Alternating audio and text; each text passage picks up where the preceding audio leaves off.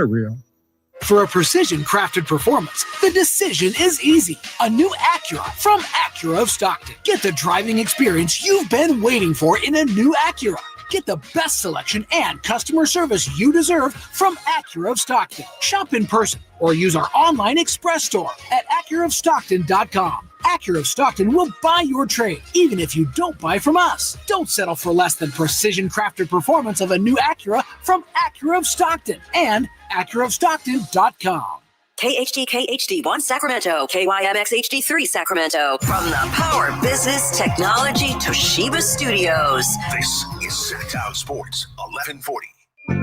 Feeding your passion for local sports in the afternoon. It's the Drive Guys with Kevin Gleason and Kyle Drake on your radio at 1140 a.m. Streaming audio at SacktownSports.com and the Sacktown Sports app. You can also watch the show on YouTube at Sacktown Sports 1140. Here are the Drive Guys with Kevin Gleason and Kyle Drake.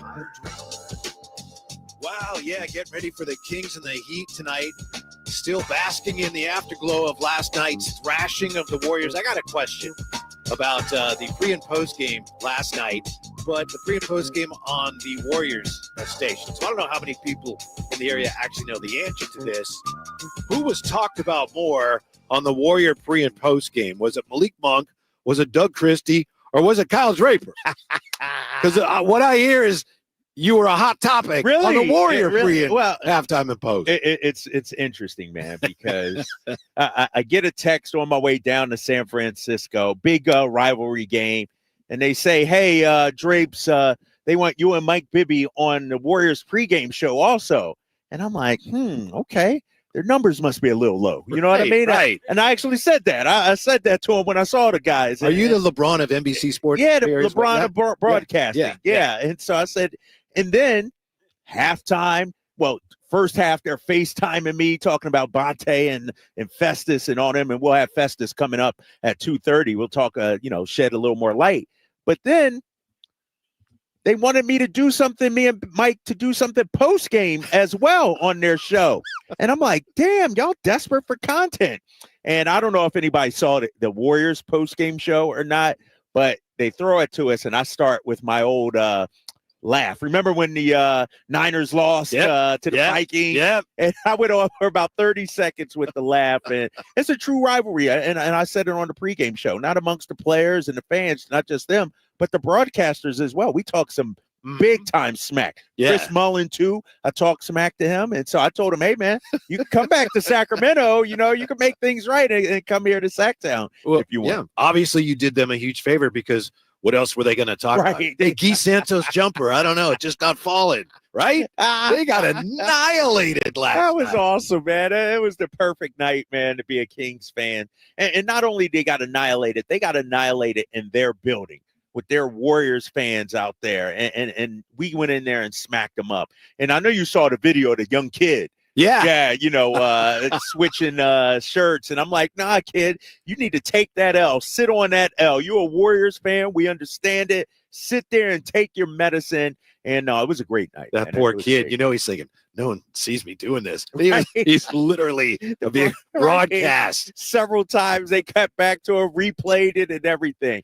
It was awesome, man. How about the good vibes? Yes. Right. And the Warriors had to think going into that game, they don't have Mike anymore. They're falling apart. They don't have De'Aaron Fox. Yep. We're going to cruise tonight.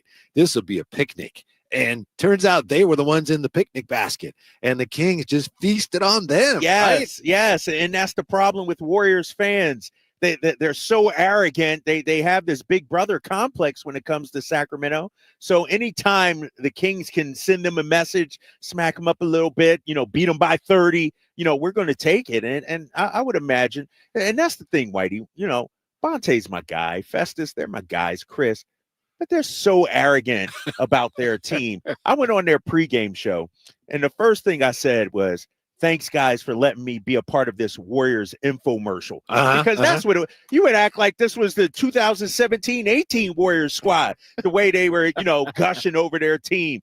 Back-to-back wins. Ooh, you beat the Sixers. That's you cute. beat Memphis. That's cute. Mind you, we softened them up for you. Right. We beat those same teams, and they were coming off a second night of a back-to-back when you played them Warriors fans. And so it was nasty to be a part of that pregame show. Yeah, and once the Kings got out to that lead, what was this? It never got closer than what? Once the Kings established a lead. Yeah. Then the Warriors cut it to maybe like 8 once or twice in the first quarter, something like that. It got to within 4. Within 4. It was 40-36.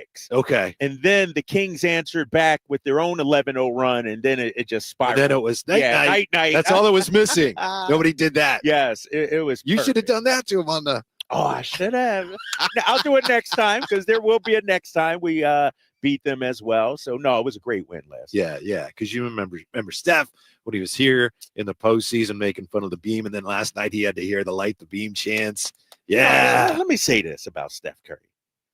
I said I would never say anything bad about Steph. Because Steph is tremendous with the fans. Yeah. Signing autographs, taking pictures. Like, for a guy of his stature and his caliber to be so gracious with his time. But dude, every time he hits a 3, gets a 4-point play, he's like, he's playing. Dog, this ain't WWE wrestling. So I understand it's entertainment, but come on, man. And he was amazing, though, in that first half, 20 points. But we shut him down in the second half, 6 points in the second half. And let me say this. I know we'll talk about this today. If that was a flop, if Keon Ellis was flopping, then Joe Theismann was flopping. Then I got to be careful. Like, Abraham Lincoln was flopping. Come on, Whitey. That was. You got to be. RJ's like, oh, that's not. I know. Well, you get my point, RJ. Hey, don't forget, tragedy plus time equals comedy. There you go. Okay. Yeah, but that was Steve Kerr was ridiculous. Play the game. Ridiculous. And Doug was going to go after him. He should. I know you thought he had some words for. Jaren Jackson Jr. Yeah. He did. And that's 2 games in a row. Yeah. I've seen that from Doug, which is great. But Steve Kerr, that is ridiculous. And then I'm seeing some people are calling it a legal screen. I think they called it legal on the broadcast. That wasn't legal at all. Draymond had intentions of laying Keon out as he was moving up into the screen. You can't move up into the screen like that, Whitey. So that was an illegal screen. And for Steve Kerr to consider that flopping, come on, Steve. You got to be better. Yeah. Be better. Poor Keon looked like a crash test dummy when he hit there. Right. And let me ask you this, though, because we knew Doug was ready to throw some hands. Were any players looking to send a message, and should there have been somebody that they weren't, were they? They were more like, we're taking care of business on the floor. Right, exactly. I bring that up because I remember last time we were here at this arena, playing Memphis, De'Aaron had the foul on Scottie Pippen Jr., and Desmond Bane came over and was having some words with De'Aaron. As we go forward, Sacramento, and I understand we were kicking their butt. They were frustrated out there. I'd like to see the players mix it up a little more too. Yeah, I think it's different. It's interesting. It's an interesting question. A little different when you're on the road, because part of what Steve Kerr was doing on some level is trying to get his team going. Yeah, nothing was working. So if you're the Kings, you're like, that's fine. You're getting destroyed, and it's not going to change just because you're yelling something stupid. Yeah, it's almost like desperation. It's like, nothing's working on the floor, so let me cry to the officials and hopefully get a call. And the thing about it was, he wanted a flopping call on that, but his guy drove to the lane and got the foul call. Like, it wasn't like it was an offensive foul going the other way on Draymond. Right. It's like, Steve, you got the foul in the paint. Everything's okay. Like, he was losing. The frustration had set in for Steve Kerr. Yeah, it reminded me of years ago when the Kings were playing the Warriors, and Vince Carter ended up inadvertently taking out Patrick McCaw, who took a hard foul, and Steve Kerr went nuts. He's like, he should know better. Vince knows better. And I think he actually walked that back and said, I think he lost his composure a little bit last night. The Warriors are still ahead of the Kings, but the Warriors they're hanging on for dear life right now. They really are. And Kuminga's going to miss 11 games. They've been reeling despite winning, their previous 2. If you look at their numbers over their last 15, it's not good. I think there's something like 4-11 or something like that. They're reeling right now. And according to reports, Mike Dunleavy Jr. in front office and ownership saying they're going to stand pat for now. Mm-hmm. And I'm like, bro, that roster needs some work. If you need asking Buddy Hield to come rescue you, you in some trouble. And so, no, it's they're sinking right now. Phoenix is sinking, and it's great to see the Kings surging. A little late, but, let's get it done. It appears to be a legitimate surge, not a little, the ball went in for a couple of games. Right. However, won't be easy tonight. Miami not playing well, and they've got their own drama going on with Jimmy Butler's situation, but no De'Aaron Fox again tonight. No surprise, but would have been nice to have. Yeah, tough game tonight because last time Miami played, they got beat up by Utah. You know what I mean? Like Utah, of all teams, waxed them.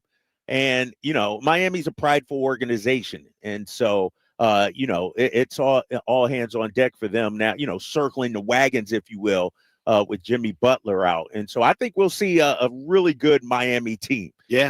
That they were in the hotel last night, chilling here in Sacramento, watching the Kings beat up on the Warriors. So I think they're going to be locked in. It hurts not having De'Aaron, but man, Malik, guys are stepping up. My boy Kevin Huerter last night, that's what you need to see from this team. I understand De'Aaron's our best player, but if he's out, it shouldn't be the end of the world. Oh, woe is me. What are we going to do? Other guys step up, and we saw that last night. Malik Monk isn't just a guy who can play point a little bit when you need him to. He's a really good point guard. No, he is. He is. And I'll go back to something Domas said when Mike Brown put him into the starting lineup, put Malik in, and he said it's about time. And when I look at Domas, the way he plays, and you tell me if I'm wrong, Whitey, maybe I could be off base here. I feel like not only is Malik the best at setting him up, he might be the only guy setting him up. Domas is getting a lot of his stuff from Malik off the pass. Take Malik out, maybe it's on the low block. You're right. Toss it. Maybe it's offensive rebound. You're right. But in terms of passing it to him while he's going to the basket or finding him for an easy bucket, I feel like Malik might be the only one that's set. He's making Domas's life easier on the offensive end. Yes, the energy is high. That means we've got a very special edition of Drape Stage coming up when we come back to the Golden One Center with the Drive Guys on Sacktown Sports. When you take the time to shop, did you know that replacing garage doors is the biggest return on investment homeowners can get on improvements? Jason Ross here, and let me tell you about the Overhead Door Company of Sacramento, a family-owned and operated company with third-generation owners that's been in business for 71 years right here in Sacramento. With new garage doors from Overhead Door Company of Sacramento, you'll not only get the wow factor, but you'll also know that you're working with a well-respected and proven company. Residential and commercial, brand new garage doors, or repairs to existing doors, they do it all. Take advantage of their free at-home estimates on new garage doors or check out the showroom with no appointment needed. And while you're at it, mention me, Jason Ross, or Sacktown Sports and receive $100 off a new garage door paired with a new garage door opener. Check out their website at ohdsac.com or call them at 916-421-3747. Overhead Door Company of Sacramento, the genuine, the original overhead door. Always look for the red ribbon logo. What sets Ashton & Price apart from other injury law firms? I'll tell you. From beginning to end, all important legal decisions are made directly between our clients and their experienced local attorney. A gate agent flying the plane, the receptionist performing surgery, not a chance.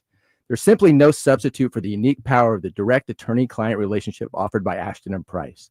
And there's never a fee until we win, and between you and me, we win a lot. Remember, for the best advice, don't think twice. Call Ashton and Price. Serious accident. You deserve the law offices of Jeremy Winter. 877-637-3237. Jeremy lost his mother in a car accident and knows firsthand the pain caused by tragedy. That is why he became an attorney to fight for others who are going through a tragedy. If you've been seriously injured in an accident, you deserve more. You deserve better. You deserve Jeremy Winter. 877-637-3237. when you take the time to shop at Folsom Lake Honda, there's one thing you'll always find: happy people ready to serve you. As a family-owned and operated dealership since 2009, customer service is our #1 priority. Our customers love doing business with us, and you will too. Get an instant cash offer for your trade at FolsomLakeHonda.com. We'll buy your car whether you buy from us or not. Folsom Lake Honda is your one-stop Honda shop. Folsom Lake Honda, yeah, your one-stop Honda shop.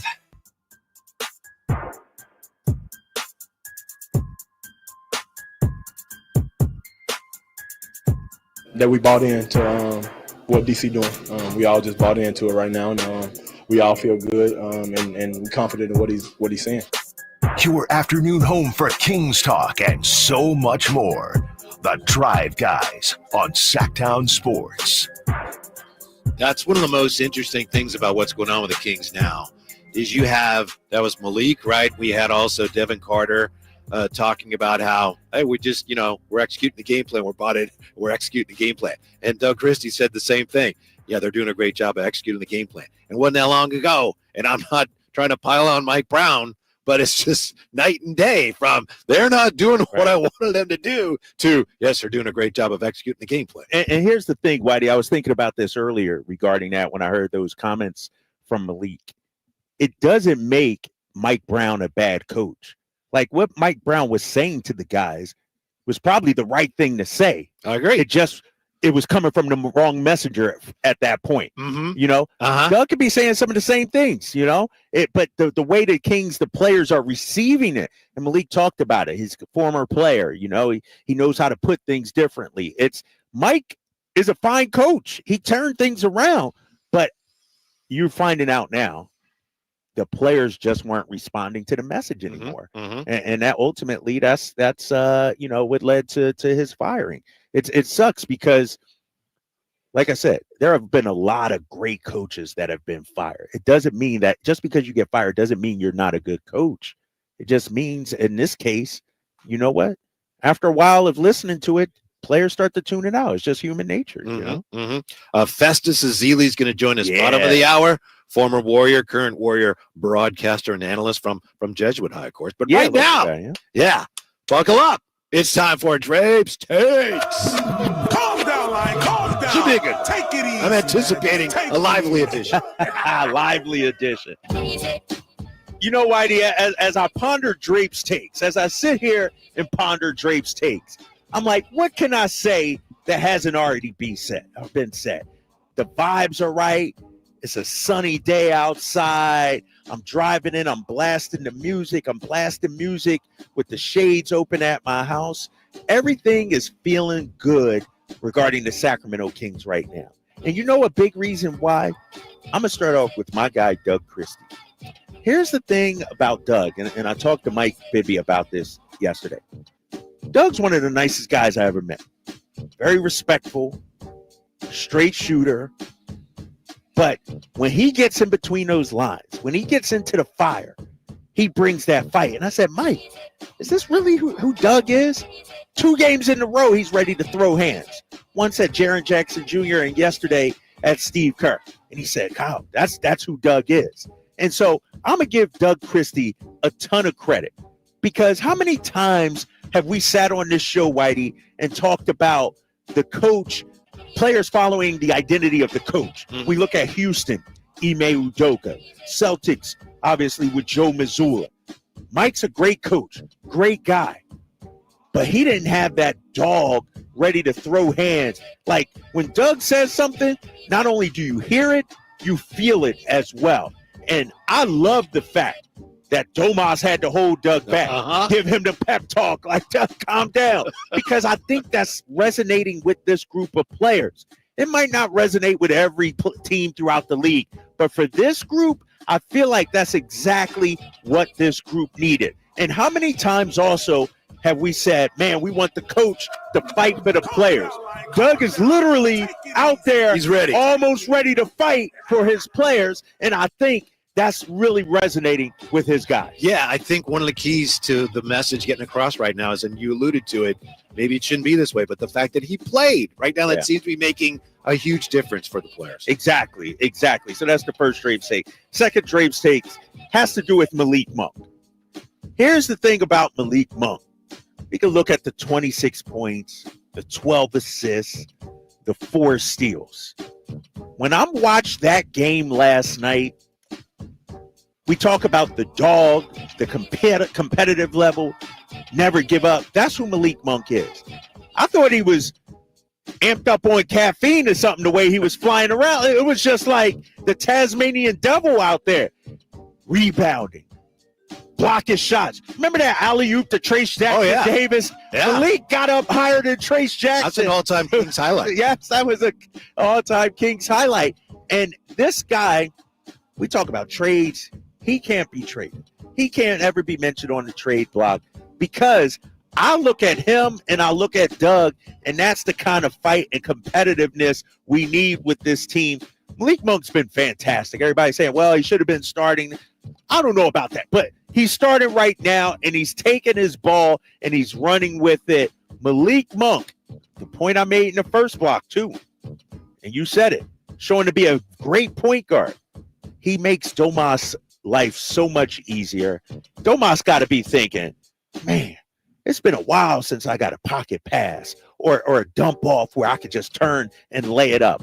Malik can not only score on his own, he can make other players better around him. And we found something with him in the starting lineup.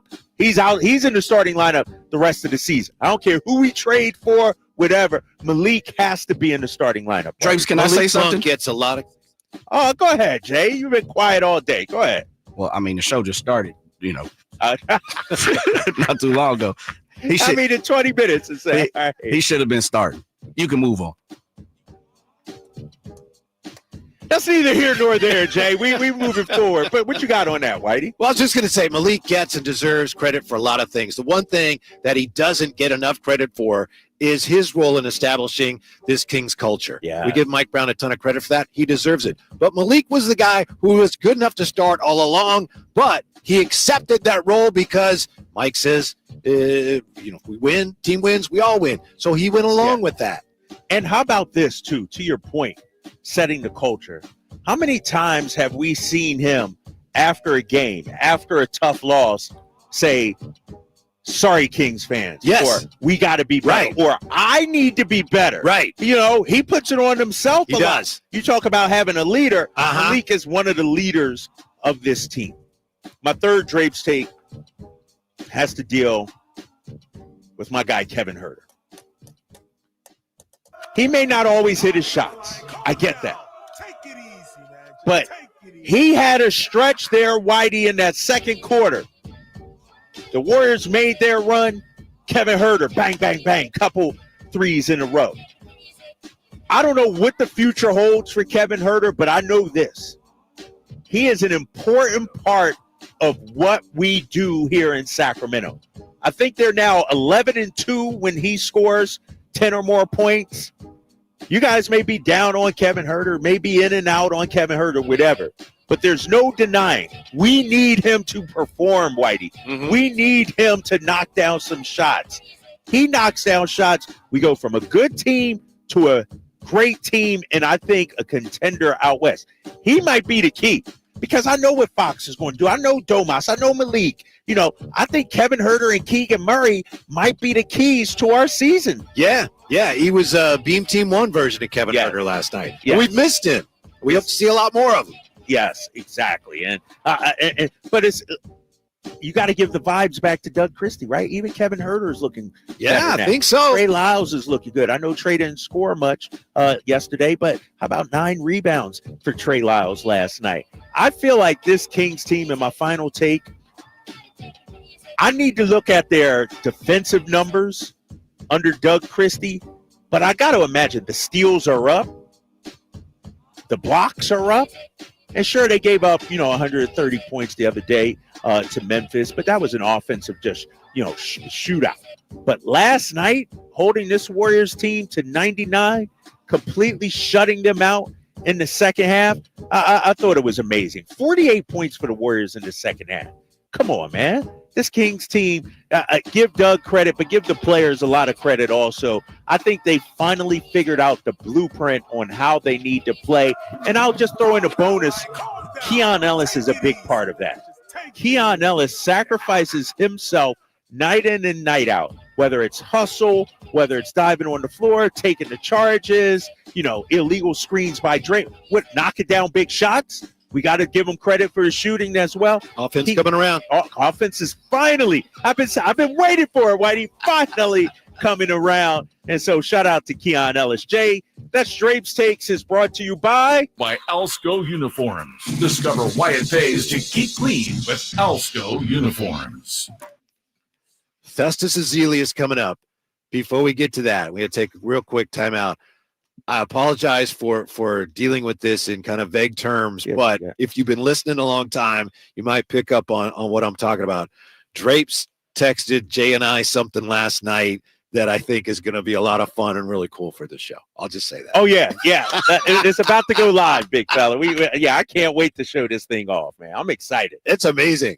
It's pretty good, right? It is. It's pretty good. It is. Pretty good. Yeah. Should we send out like a picture first? Or don't know. We just do a full rollout when it's available? Do we tease it, like cover it up and then unveil it? We got to discuss this behind the scenes. We got to take our time. Yes. Yeah, take our time with the rollout.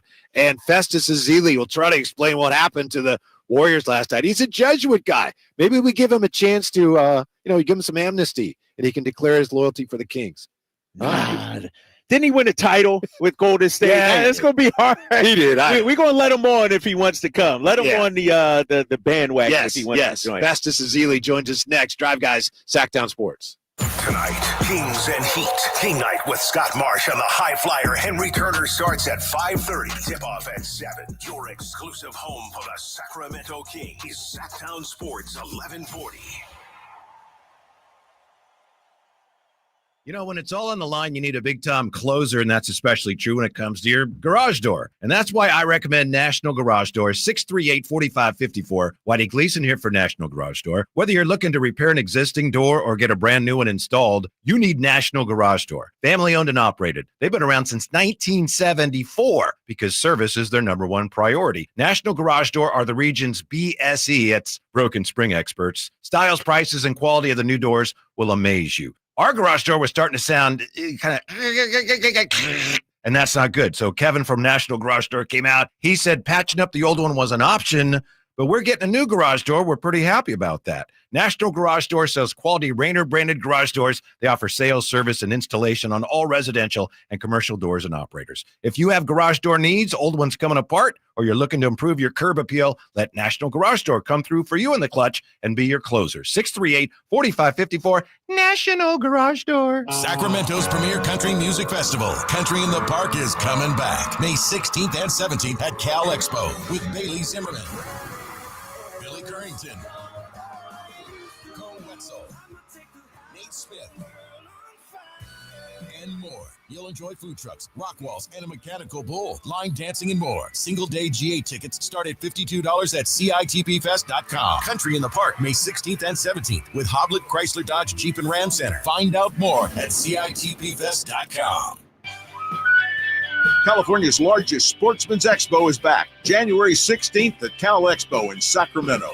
Find a huge selection of fishing boats, kayaks, and side-by-sides. New this time, nearly 50,000 square feet of RVs and campers. And check out the all-new, fully redesigned Toyota Land Cruiser. Your life outdoors at the International Sportsman's Expo, January 16th through 19th at Cal Expo in Sacramento. More info at sportsexpos.com.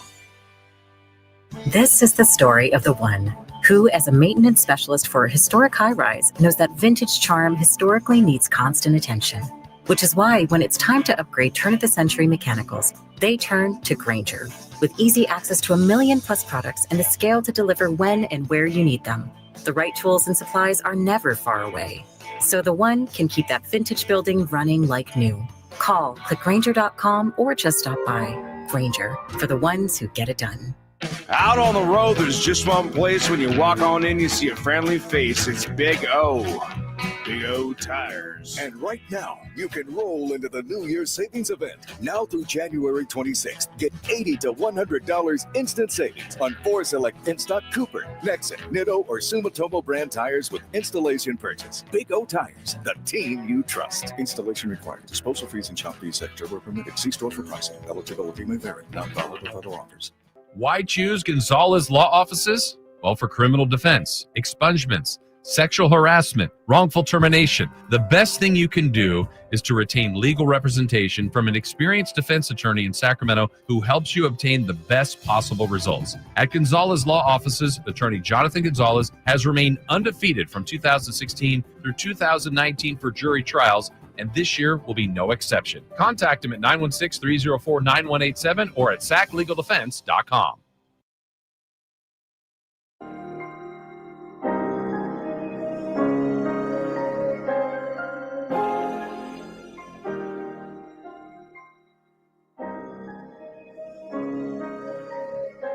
Live and local, it's The Drive Guys. Watch the show on youtube.com/Sacktown Sports 1140. Or listen on the Sacktown Sports app. Kings surging with 4 straight wins. First 4-game win streak of the year. Problem is, when you start as slowly as they did, that hole takes a long time to climb out of. So you got the Heat tonight, and the Heat got their own problems, but the Kings have to win this game tonight, Drapes, as you well know. Dude, this is, as big a must-win as we had to this point, because you got Boston coming up, Milwaukee, Chicago. Like, you got some tough games coming up. And, to continue this momentum and take it on the road, you get a couple of days of practice as well. You're feeling good about yourself. Boston's going to be tough. We know that. And so this is a wounded, hurt Miami Heat team right now. They're licking their wounds. They're dealing with the Jimmy Butler situation. You got to get this one tonight. I'll tell you what, Campy says here in the chateau, he says, Drapes needed his box score last night. I don't know what he's alluding to there. But, you poke fun at me because I print out all the box scores. Yeah. This one last night, this is one that goes up on the wall. Yeah, I was going to say, you going to frame this that is one that's worth saving. Yeah, I'm that with you on like that in their building. How many in double figures? 7? Was it for the Kings?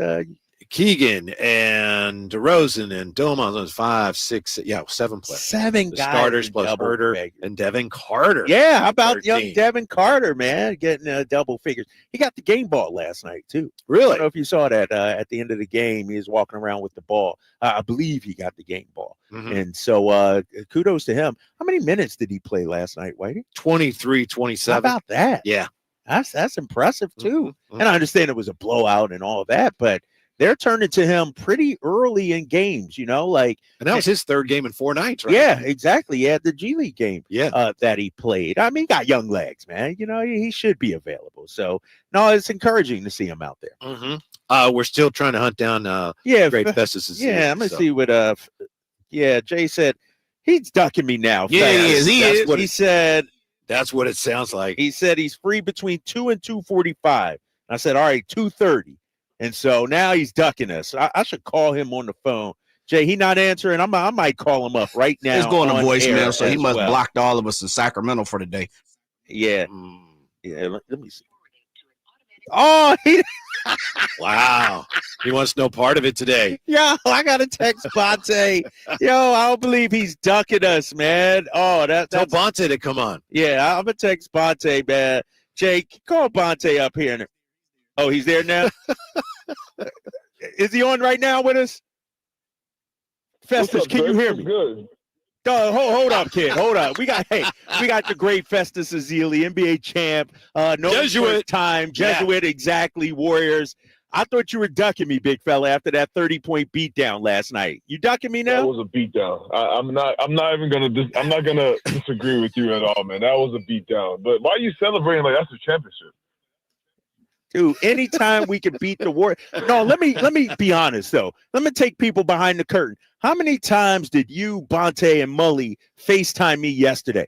It's like, dude, I don't hear from y'all on Christmas, on New Year's, on Thanksgiving, on Kwanzaa, nothing. But when Warriors play the Kings, it's like y'all want to blow me up. And so now we got the rabbit. The rabbit got that. We feeling good.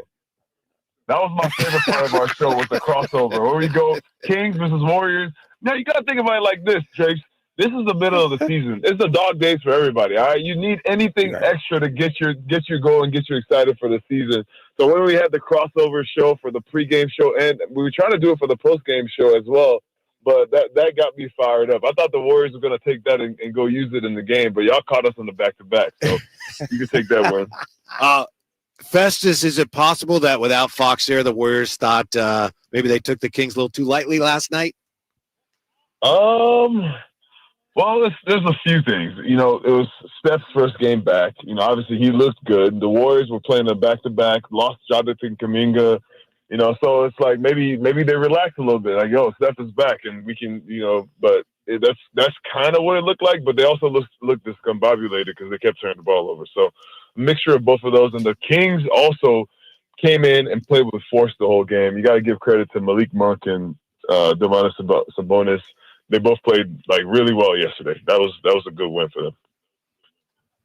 Festus, obviously, you know Mike Brown, and he got let go a few weeks ago.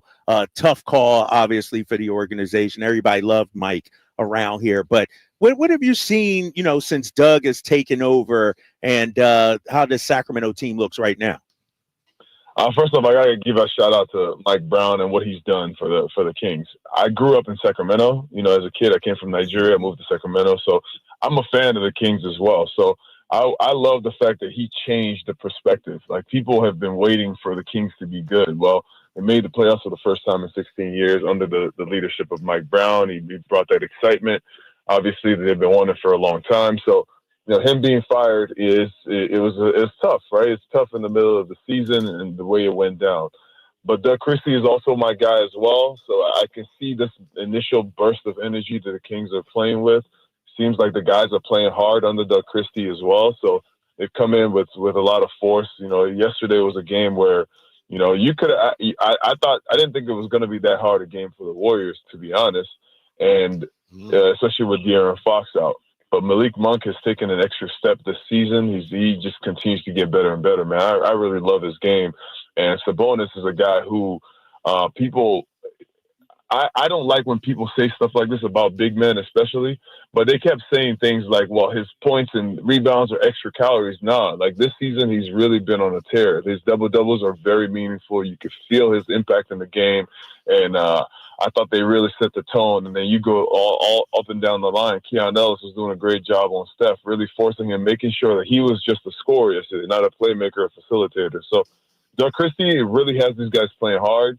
I saw the video of them going up to, you know, see the beam and talk about the city and what they mean to the city. I'm surprised you weren't there, Drapes, because you are all about the team. We when you talk about them. So yes, I thought you were going to be up there. Like, this is our team. This is our city.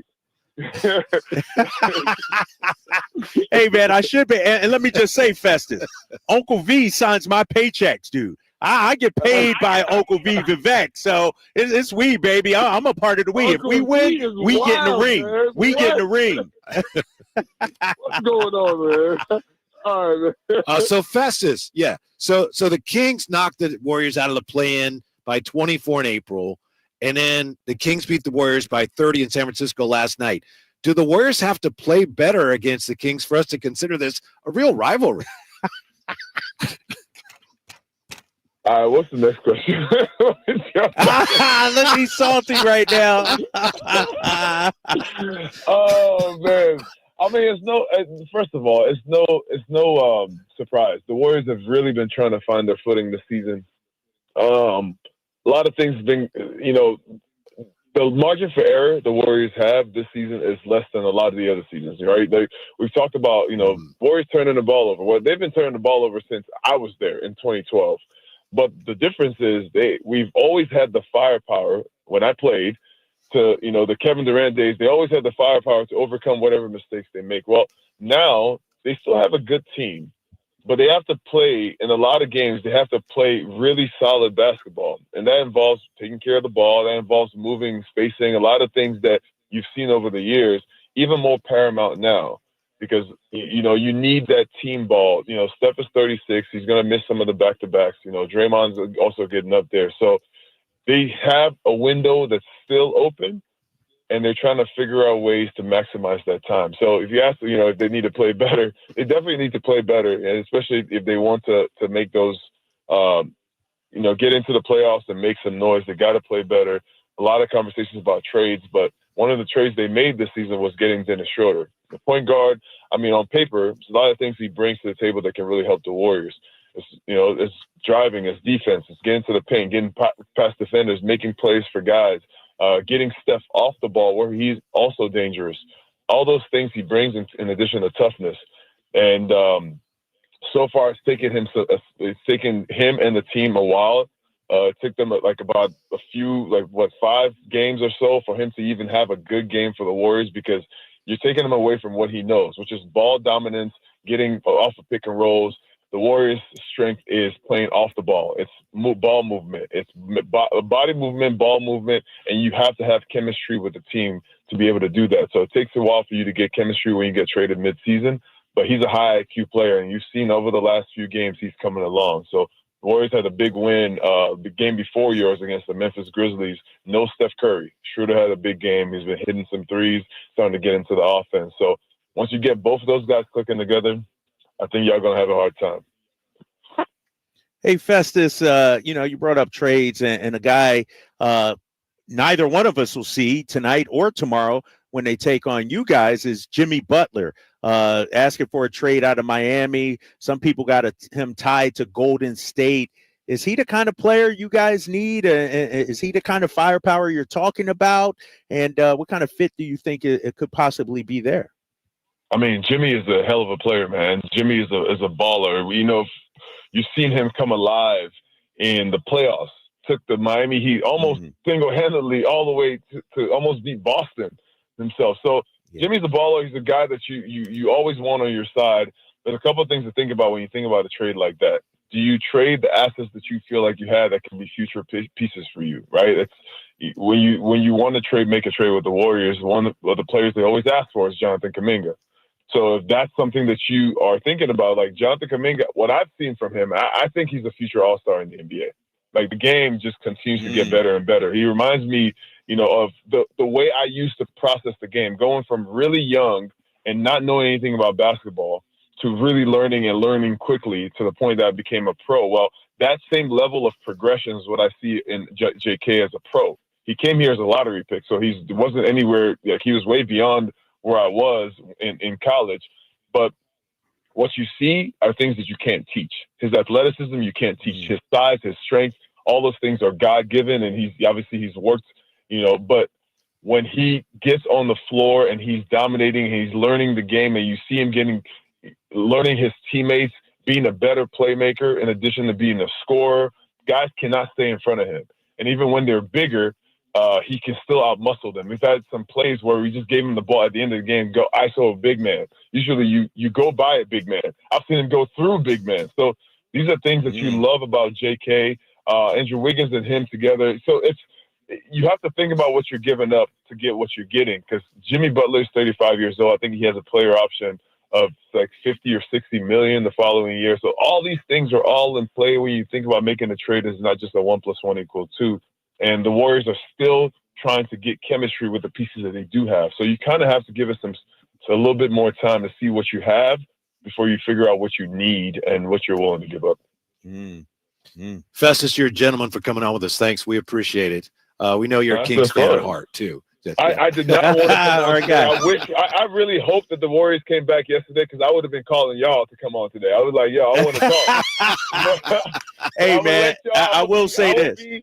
I'll be a good sport. Okay, I'm gonna come on the show and we'll talk some Kings. I'll tell you guys have been doing a phenomenal job, man. I'm not gonna lie, Drapes. I loved having you on the show yesterday. You're awesome. You're incredible, and I can't wait for later in the season. It makes me happy when both the Kings and the Warriors are good. So I really want both teams to come up and keep making the league, keep doing good for the league. Appreciate you, Festus Ezeli. Hey, you didn't duck the smoke like Chris Mullin. Mully ain't coming on the show. I had Bonte on. I had you on. Next, I got to get Mully on because he's always ducking my smoke out there. What you talking about? I'm the enforcer. I came in Mully's place. Don't worry. That's my shooting guard. I got this. I got this from You Mully. guys back. All right, I got you. Hey, the pride of Jesuit High School, man. 2015 champ Festus Ezeli. Thanks for jumping on with us. Thanks, man. Festus. Appreciate y'all, man. Good job. All right, baby. I'll see you soon, man. All right.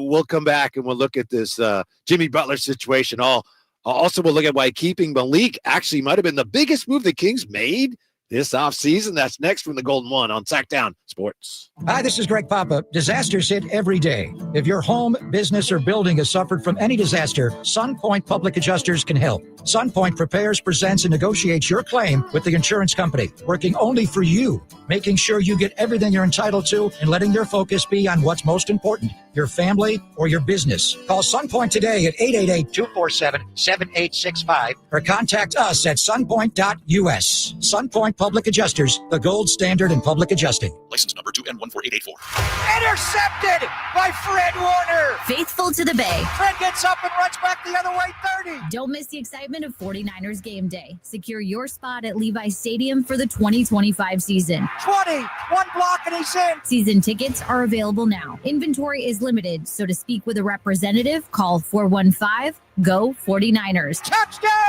That's 415-GO-49ers. San Francisco! With the cooler seasons upon us, Advanced Infusion Center remains focused on your health and comfort. Whether you're dealing with a chronic illness or in need of IV therapy, we provide tailored treatments to meet your unique needs. Our caring team is here to make sure your experience is safe, comfortable, and stress-free. With convenient locations in Sacramento and Yuba and flexible scheduling, you can easily access the care you deserve. Explore Advanced Infusion Therapy today. Visit advancedinfusion.com for compassionate care right where you need it.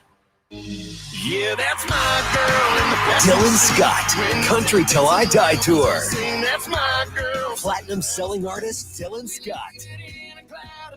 With special guests Jackson Dean and Avery Anna. You just can't have mine. Thank God she loves me. God knows I got so lucky. Friday, January 10th, 7 p.m. The venue in Thunder Valley. For tickets, visit ThunderValleyResort.com. Nada Chevy sends you $8,000 off MSRP on new 2025 half-ton Silverado LT and RST after rebates. Year-end savings on now with $8,000 off new Silverados at MaidaChevy.com. Together, let's drive. See dealer for details. California's largest sportsman's expo is back, January 16th at Cal Expo in Sacramento. Bring the family and discover your next adventure. Don't miss more than 100 free fishing, hunting, casting, kayaking, and dog training seminars. On the weekend, take the kids to a building filled with free activities. Your life outdoors at the International Sportsman's Expo, January 16th through 19th at Cal Expo in Sacramento. More info at sportsexpos.com.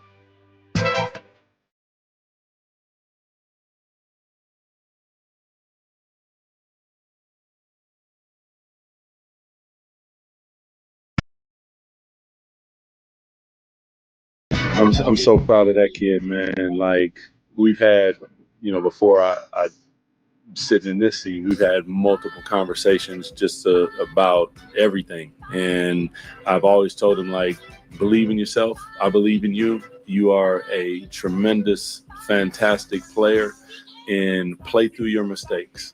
Your afternoon home for Kings talk and so much more. The Drive Guys on Sacktown Sports. No De'Aaron Fox last night, no problem. Malik Monk filling a lot of that void. That's Doug Christie we just heard talking about Malik last night. He was nothing short of sensational, not only in terms of the things he did that you really noticed, the dunk, making shots, but just getting the team organized at the offensive end, which is vitally important and what a point guard does. And I don't think Malik gets credit for some of the things that he does to keep this team on task on the floor. Yeah, and I'm looking at the energy he plays with, the effort, the passion, but then also he said it too. I think it was post game the other night, not last night, maybe the night before. He said his job also is to make sure this team doesn't get too high or too low. The psychology of the team, the emotion of the team. He's the guy, he's the loudest one during practice. He's always cracking jokes and everything. And so he's sort of that energy guy that this team needs, on the court and in the locker room too. Mm-hmm, right? I've asked him in the past things about, evolving as a point guard, getting more comfortable as a point guard. And his answers consistently are, I could always do it. People just didn't know. He is not one to say, yes, I'm learning. It's like, no, right. I could always do it. I think, though, you go back to Beam Team 1, the biggest surprise to me, the most surprising thing about the Kings since Mike Brown took over and they got into the postseason and the plan, and now here we are. I think the biggest single surprise to me is, wow, Malik Monk's a really good point guard. I had no idea that he could even, play point guard even a little bit, and he's very good. Yeah, we've seen him set up Domas, the two-man game, things like that, but actually running the team, being the guy that settles them down, being the guy that pushes the pace. The guy that says, boom, yeah. Kevin Herter. Oh, my gosh, did you hear that? Oh, dude, that was amazing. And how about... But that's real team stuff, That's right? team stuff, exactly. He's playing with that energy, and he's a 30-minute a night kind of guy for this team, easily, because what he brings extends farther than the box score. And how about the dunk, that he had coming down the lane, and then he, goes up into the stanchion and everything. Mm-hmm. Just that, life. Because we got a lot of even keel guys, Whitey. We got a lot of, guys that, are 10-2 when driving, going 65 on the freeway or whatever, following the speed limit. Sometimes you need that reckless guy, that guy that'll color outside the lines, if you will. And that's who Malik Monk is for us. Mm-hmm. And maybe I'm making too much of it, but that's what stood out to me about Doug Christie's response there that we heard, because he said you got to play through the mistakes. And I get the sense sometimes it wasn't always easy playing through the mistakes for Mike Brown. And again, not to pile on Mike Brown. Yeah. We're just trying to figure out why it's so different now. Well, Farmer Bleasy on the YouTube chat, Sacktown Sports 1140, says that's the biggest difference between Mike Brown and DC is the playing through their mistakes. Guys aren't playing while also looking over their shoulder. I'm not going to say that's the biggest difference, but that is a difference. I mean, they're playing with more of a sense of freedom. Yeah, confidence, exactly. And it's they're even shooting the ball that shooting the ball better. And here's the thing too, Whitey. Doug has said to the guys, you're not going to make every shot. You're not going to win every game. And he said it last night on the post game. You're going to make mistakes. The key is the team that makes the fewest mistakes usually wins. So he's already signaling to the guys, you don't have to be perfect, and they're playing with a sense of freedom out there. I mean, I'm looking at a guy like Keon Ellis, who for some reason was in Mike Brown's doghouse. I mean, one game you hit 9 threes, next game or two you don't play. That was a strange one. It was strange, right? It just did not make sense. And if you remember, I think during our show, I went on air and I said, Keon has to be in the rotation. I don't care what, he has to be in the rotation. Then the next game, it was a DMP CD, and we're all looking at each other like, what the hell's going on with Keon? And so I think one job of a coach is also to empower your players. And I feel like Mike had done that up until a point. Historically, that's what he was known for. But Doug is taking it to a whole different level. I mean, we're seeing the best of Trey Lyles here recently. We're seeing the best of Keon Ellis here recently. Malik Monk is playing the best basketball of his career. And so Doug has sort of empowered these guys to go out there and be who they are and play hoop, man. Yep. So tonight it's the Miami Heat with Jimmy Butler not available. And it's interesting what's going on with the Heat. They're talking now about how they are glad to be coming out on the road and getting away from Miami because of everything that's going on. The Heat today, according to what is the Miami paper? Miami Sentinel? Sun Sentinel? Yeah, they're reporting that the Heat say, well, we are willing to look at trades, but if we don't trade him, then when Jimmy Butler's suspension is over, we expect him to come back and play. Yes. So, yes. Pat Riley over a barrel. And Pat Riley's not the type to well, I guess my hand is forced. He's a hardliner, so I don't know where this is going for them. Yeah. And the problem is Pat's probably the most stubborn executive in the league. Jimmy Butler might be the most stubborn player in the league, right? Yeah. So who's going to blink first? And, I imagine Jimmy will blink. The suspension will be lifted. He'll come back. And if he's not, part of the team and they can suspend him again, and now you're talking about costing yourself money. And so who's going to blink first? And I think we understand at some point there has to be a divorce between these two. Jimmy will probably opt out after the season. And I think Miami wants them to, Whitey, because we talked about it last week. Their cap situation, you let Jimmy walk, they'll have $47-48 million in cap space that they can go out there and be free agents, right? And and be players in free agency. If you trade Jimmy, now you got to bring back in salary.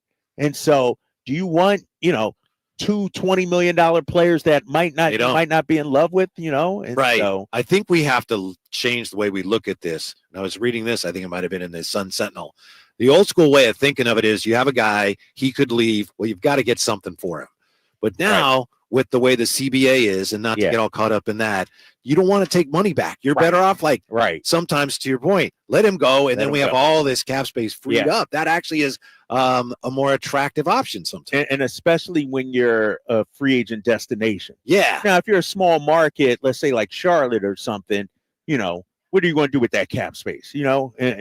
Guys aren't going to knock down your door to take up that money. But when you're Miami, New York, LA, some of these marquee franchises, you can afford to be major players in the free agent market. And so that's what I think, if I'm being honest, that's what I think the Heat should do, because whoever they get in a trade, it may help you a little bit, but you're not going to win a championship this year. Yeah. Try to retool in the offseason and come back strong next year. The great Tony Ray Harvey, I'll probably be sitting next to him tonight. Yeah. He says, Pat Riley created that mess, in my opinion. And Shortcake 182 says, if Jimmy wants to be traded, he needs to show he has trade value. Yes. What's Tony Ray like? You sat next to him during games? Working. Is he really? Sometimes I feel, ask him a sitting question. there eating like, popcorn what? and no, just he's chilling? keeping notes. He's grinding. He's working. Okay. Yes. All right. Yes. Thing I love about Tony too, he's always asking questions at the press conferences. Yes. Some guys just go and sit and don't ask anything. Like Tony's always. Now, why do you want to say that about Frankie? Why? Now, I'm not going to. Frankie's my guy. He's a teammate. I'm not talking bad about a teammate. You're not going. I've seen Frankie ask questions. So I've seen Brendan ask questions. Sorry, I'm getting another call. I've seen all the Sacktown sports personalities and journalists have asked questions in there. By the way, I don't know if we're going to see Frankie tonight. He's got some things going on the home front. Oh, really? He's got a yes. Any day. So all the best to all the Carticellis. When we come right back, Coach Christie and why his competitive nature became a talking point again last night. We'll be right back with more on the Kings and the Heat from the Golden One Center Drive Guys on Sacktown Sports. I want to have enough money for retirement. And travel to visit our grandchildren. I understand. That's why at Fisher Investments, we start by getting to know each other so I can learn about your family, lifestyle, goals, and needs, allowing us to tailor your portfolio. What about commission-based products? We don't sell those. We're a fiduciary, obligated to act in your best interest. So how do your management fees work? We have a simple management fee based on the value of your portfolio, so we do better when you do better. We appreciate that kind of transparency. We also check in with you regularly to keep you up to date on the markets and your portfolio. What other services do you offer? As a client, you have access to resources on investing, financial planning, estate planning, Social Security, Medicare, and more. Wow, it sounds like Fisher Investments has everything we need. At Fisher Investments, we're clearly different. Learn more at FisherInvestments.com. Investing in securities involves the risk of loss. For a precision-crafted performance, the decision is easy. A new Acura from Acura of Stockton. Get the driving experience you've been waiting for in a new Acura. Get the best selection and customer service you deserve from Acura of Stockton. Shop in person or use our online express store at AcuraofStockton.com. Acura of Stockton will buy your trade, even if you don't buy from us. Don't settle for less than precision-crafted performance of a new Acura from Acura of Stockton and AcuraofStockton.com. This is the story of the one who, as a maintenance specialist for a historic high-rise, knows that vintage charm historically needs constant attention. Which is why when it's time to upgrade turn-of-the-century mechanicals, they turn to Grainger. With easy access to 1 million+ products and the scale to deliver when and where you need them. The right tools and supplies are never far away. So the one can keep that vintage building running like new. Call, click Grainger.com, or just stop by. Grainger, for the ones who get it done. The new year brings new health goals and wealth goals. Protecting your identity is an important step. Your info is in endless places that could expose you to identity theft, leading to lost funds. LifeLock monitors millions of data points per second. If your identity is stolen, our restoration specialists will fix it, guaranteed, or your money back. Resolve to make identity health and wealth part of your New Year's goals with LifeLock. Save up to 40% your first year with promo code NEWS. Visit lifelock.com. Terms apply. Why pay more for prescriptions? Stop overpaying and start saving with SingleCare. It's easy. Find your prescription on singlecare.com, show the coupon at the pharmacy, and start saving. SingleCare works at pharmacies nationwide and is completely free to use, whether you have insurance or not. So the next time you fill a prescription, check SingleCare to make sure you're getting the best price. Take control of your prescription costs. Go to singlecare.com or download the free app today. What's that sound? That's the sound of Downy Unstoppable scent beads going into your washing machine and giving your clothes freshness that lasts all day long. There it is again. It's like music to your ears, or more like music to your nose. That freshness is irresistible. Let's get a Downy Unstoppables bottle shake. And now a sniff solo. Nice. With Downy Unstoppables, you just toss, wash, wow, for all-day freshness. KHD1 Sacramento, KYMX HD3 Sacramento. From the Power Business Technology Toshiba Studios. Sacktown Sports 1140.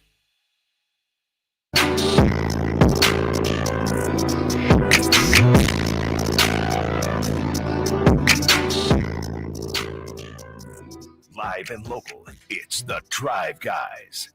Watch the show on youtube.com/Sacktown Sports 1140. Or listen on the Sacktown Sports app. Kings in the Heat tonight. Drive Guys coming to you from the Golden One Center. Buddy Gleason, Kyle Draper, RJ. Barely paying attention, but for the most part, keeping us on the air. Yeah, and of course, Jay back in our studios, keeping us on track. Jay, thank you for sending me this. I know we're talking a lot of Kings today. We'll get right back to the Kings.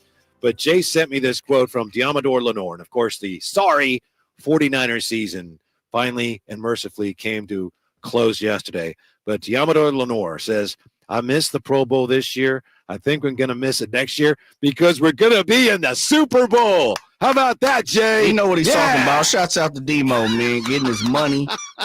He's been moving up the ladder as far as being a leader this year. Moving up the ladder and being one of the best cornerbacks in the league this year. And, I'm going to follow that captain. Shouts out to Demo getting it in. Yes. We'll see what they do with Brock Purdy. I was pulling for the Pastronaut yesterday. Josh Dobbs was doing a decent job, but, man, the 49ers defense, terrible this year. 49ers special teams, terrible this year.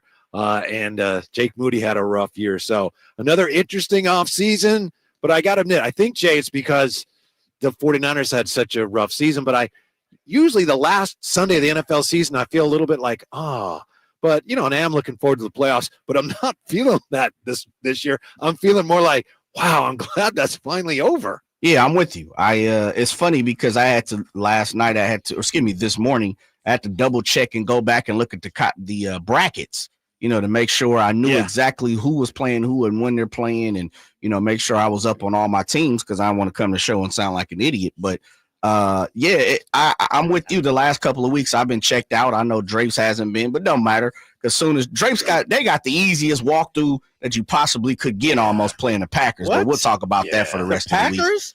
Team that pushed the Niners to the brink last year? Watson got a torn ACL now. Now you get ready to play their 8th-string wide receiver. Yeah, Jordan Love. Yeah. You might get a backup of the backup. Yeah, but anyway, Drapes will be joining us on the couch soon. But, I've been checked out the last couple of weeks. Here's the quote, Drapes. Diamador Lenore said this today. I missed the Pro Bowl this year. I think I'm going to miss it next year because we're going to be in the Super Bowl. Yeah. You got the weakest schedule in NFL history. Here we go.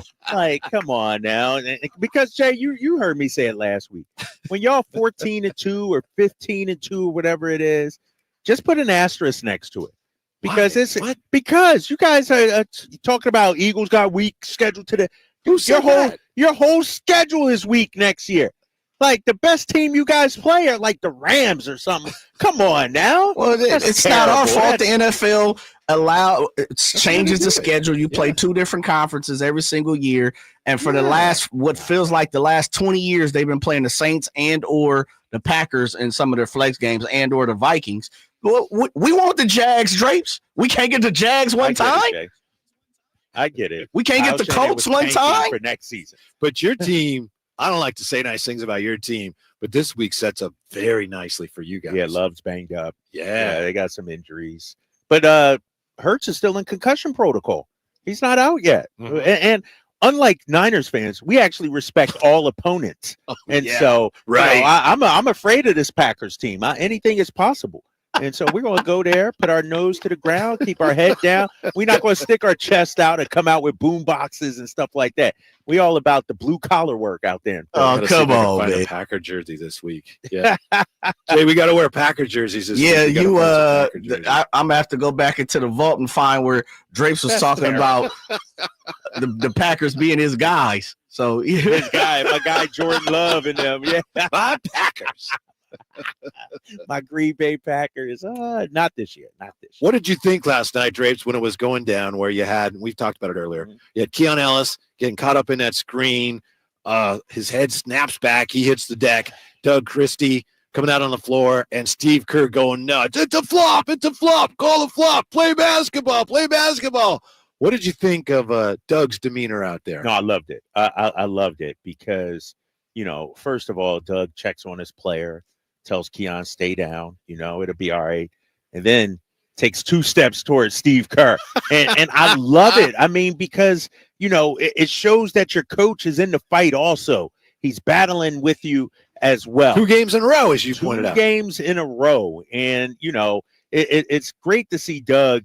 And, when I called the game a couple of games ago, I'm watching him, and RJ made a good point, off air. He said, basically, you can see that Doug enjoys being in the fight again. He missed being in the fight.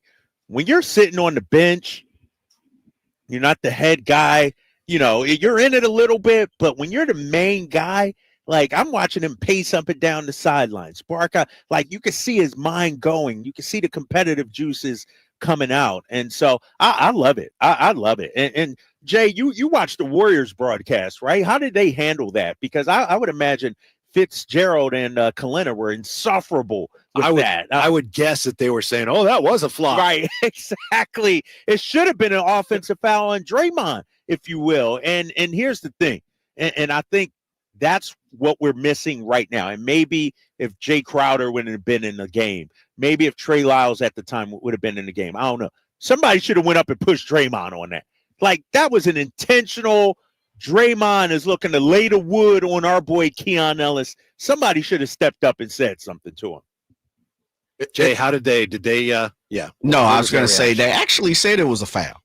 And on top of that, they were like, Draymond kind of being Draymond. I'll be honest, by that time, they were so low key and they were so distraught. They were so out of it that was the best action they had all night for NBC Bay Area. And that was the cold part is people were texting me and like, oh, did you see this and see that? And from the angle that and this is a question I'm gonna have to ask off the air, maybe for you, Drapes.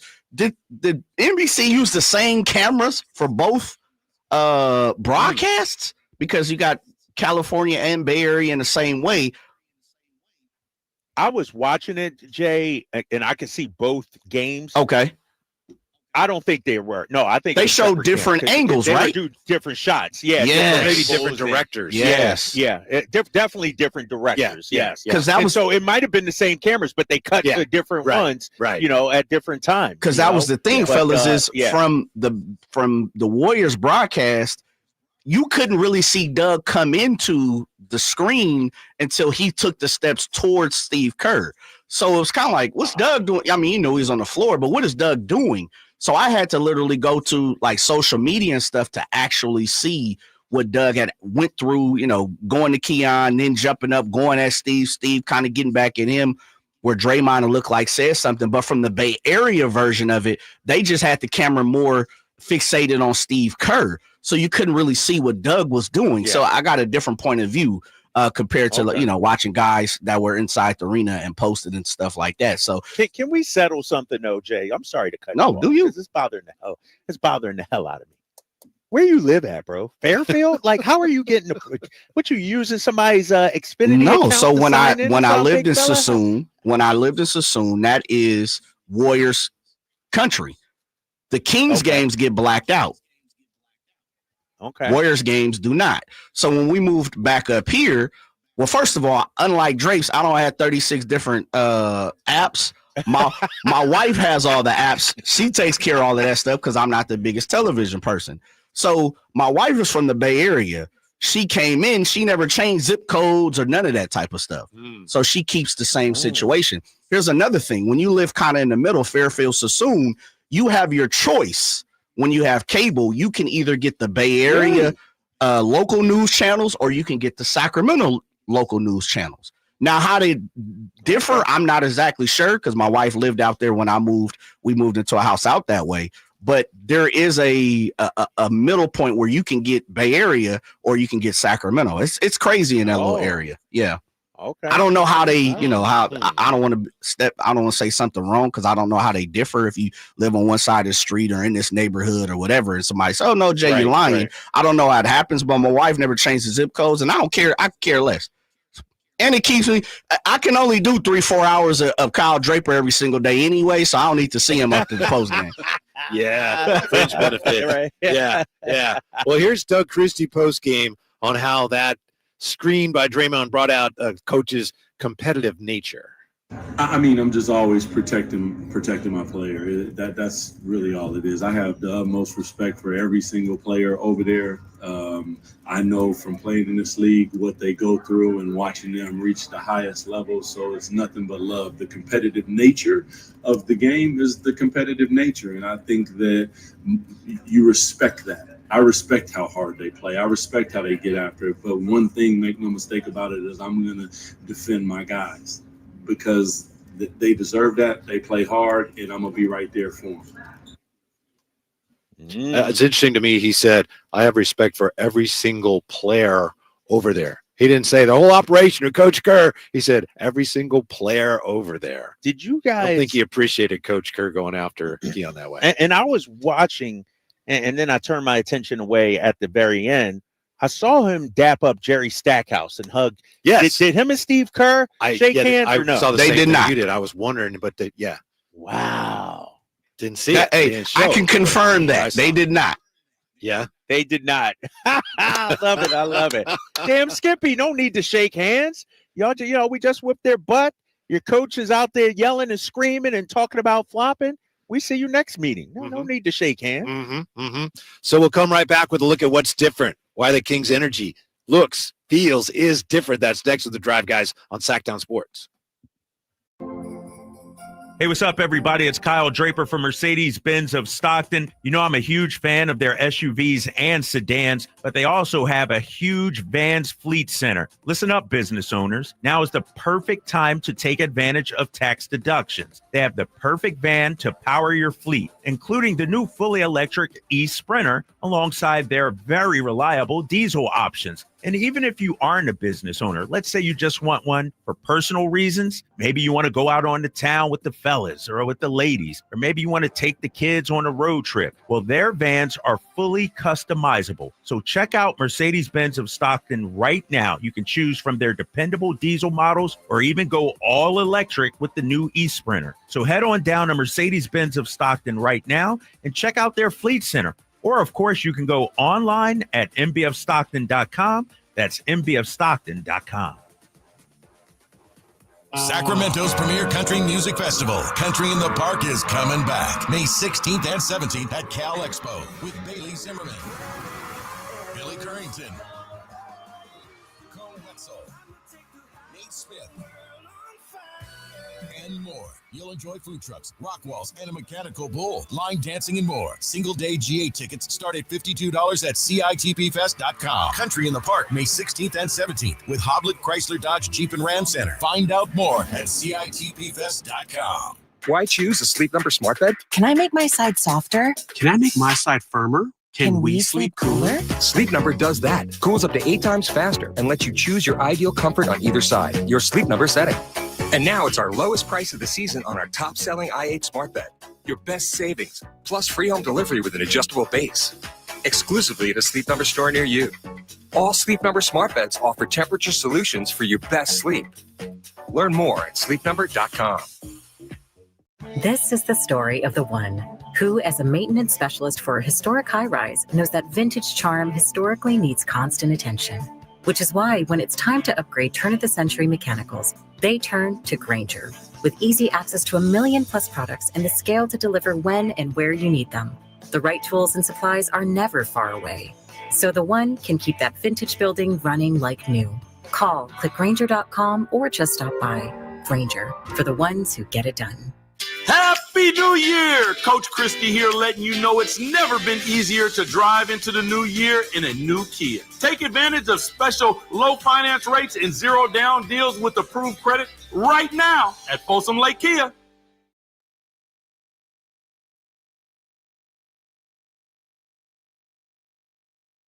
Sacramento weather is brought to you by Folsom Lake Kia. I'm Tamara Berg in the KCRA 3 Weather Center for your Monday, spotlighting sunshine, light north winds, and highs today peaking in the upper 50s to low 60s. Overnight, expect to have some breezy conditions and temperatures dropping back to the upper 30s. Get the latest forecast on the KCRA 3 News and the KCRA 3 app. Where do you go when you need someone to represent you? For me, you want someone that is local and that you can actually get to and talk with. There are plenty of big branded lawyers out there with the name, but you never get to talk to them. So go to saclegaldefense.com and connect with the law offices of Jonathan Gonzalez. He's local, he'll represent you, and he'll have your back. Whether it's expungements, wrongful termination, when you're in a spot when you need legal help, call the law offices of Jonathan Gonzalez at 916-304-9187.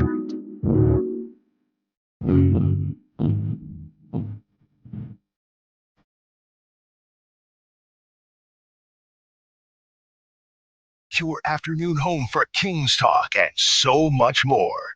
The Drive Guys on Sacktown Sports.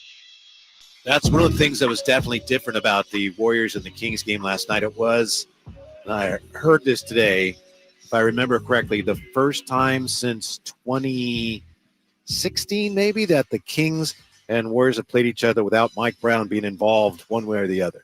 Because, he's with the... Yeah, that sounds about right. Yeah. So, there was always that interesting element of that. The two teams knew each other so well.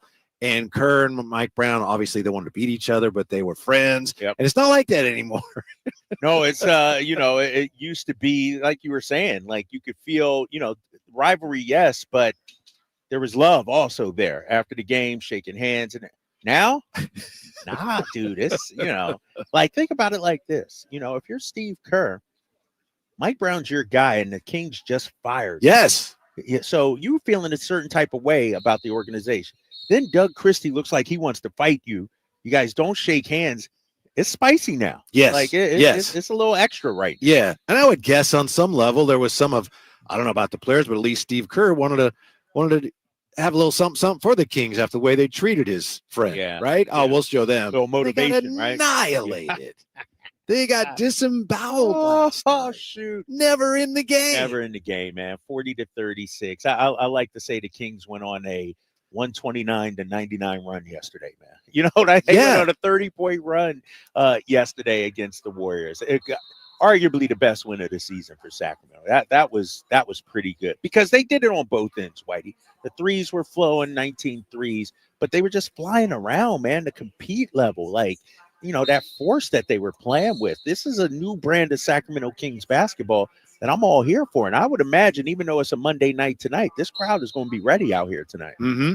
Devin Carter seems to be a perfect fit for the way Doug Christie wants him to play. And maybe he would have also been a perfect fit for the way Mike Brown wanted him to play. But he's a perfect fit. The energy that he's bringing is exactly the type of energy Doug Christie wants to see as he tries to mold this team's identity going forward. Yeah, and I like Devin Carter and what I've seen so far from him. I think the shot will come around.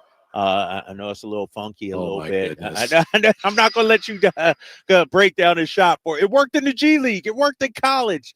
Hopefully it works here at this level. But he does some of the little things out there, man. I just got a text from Bonte. Oh, no, you did not. I did. No, you did not. Hold up now. I did not get one. He says, framing an early January box score. I thought you were better than that. Oh. Dude, it was a great game. What's wrong with them, man? Just because they haven't had a quality win in a while, it's Bonte, that dude. Yeah. I'll see if he can come on. I bet he will. Yeah. Tell him to give us a call. Yeah. Yeah. What do you think is going on with the energy? Here's my theory. I could be totally off on this. I think what was going on with Mike, and then pardon me, I'm sending this text. He texted during the show. Why did I think Mike there was some kind of disagreements or dysfunction, whatever, between Mike and the front office / ownership over player usage, roster, how they were emphasizing defense over offense, whatever it was. And I think it just got to a point where it started to affect his coaching, and I think the players kind of got stuck in the middle of that. You would know better than I would, but I'm around the team. I don't think there was a lot of players that didn't like Mike Brown. There's always on every team, there's some guys that don't like the coach. For the most part, I think they were okay. But it seemed like the negativity was starting to bring down everything they did, and they couldn't make shots, and they got off to bad starts. Yeah. Even though, again, it wasn't like we can't stand that guy, but just it became so negative with the coach all the time, said, they're not doing what I want them to do, and this isn't the way we should be doing it. And then, so it's not just what Doug's doing, it's what he's not doing. And it's just, hey, we're just playing. Let's go play. Let's focus on what we need to do to win. And at least in the short term, everyone just seems to be playing with more of a sense of almost relief and freedom. Yeah. And you're right about that. They're definitely playing with more relief and freedom. I wonder, though, Whitey, and I haven't talked to anybody about this, and I will tonight. Had Mike changed from year 1 to year 3? Was he any different? Or do you just get tired of hearing the same message?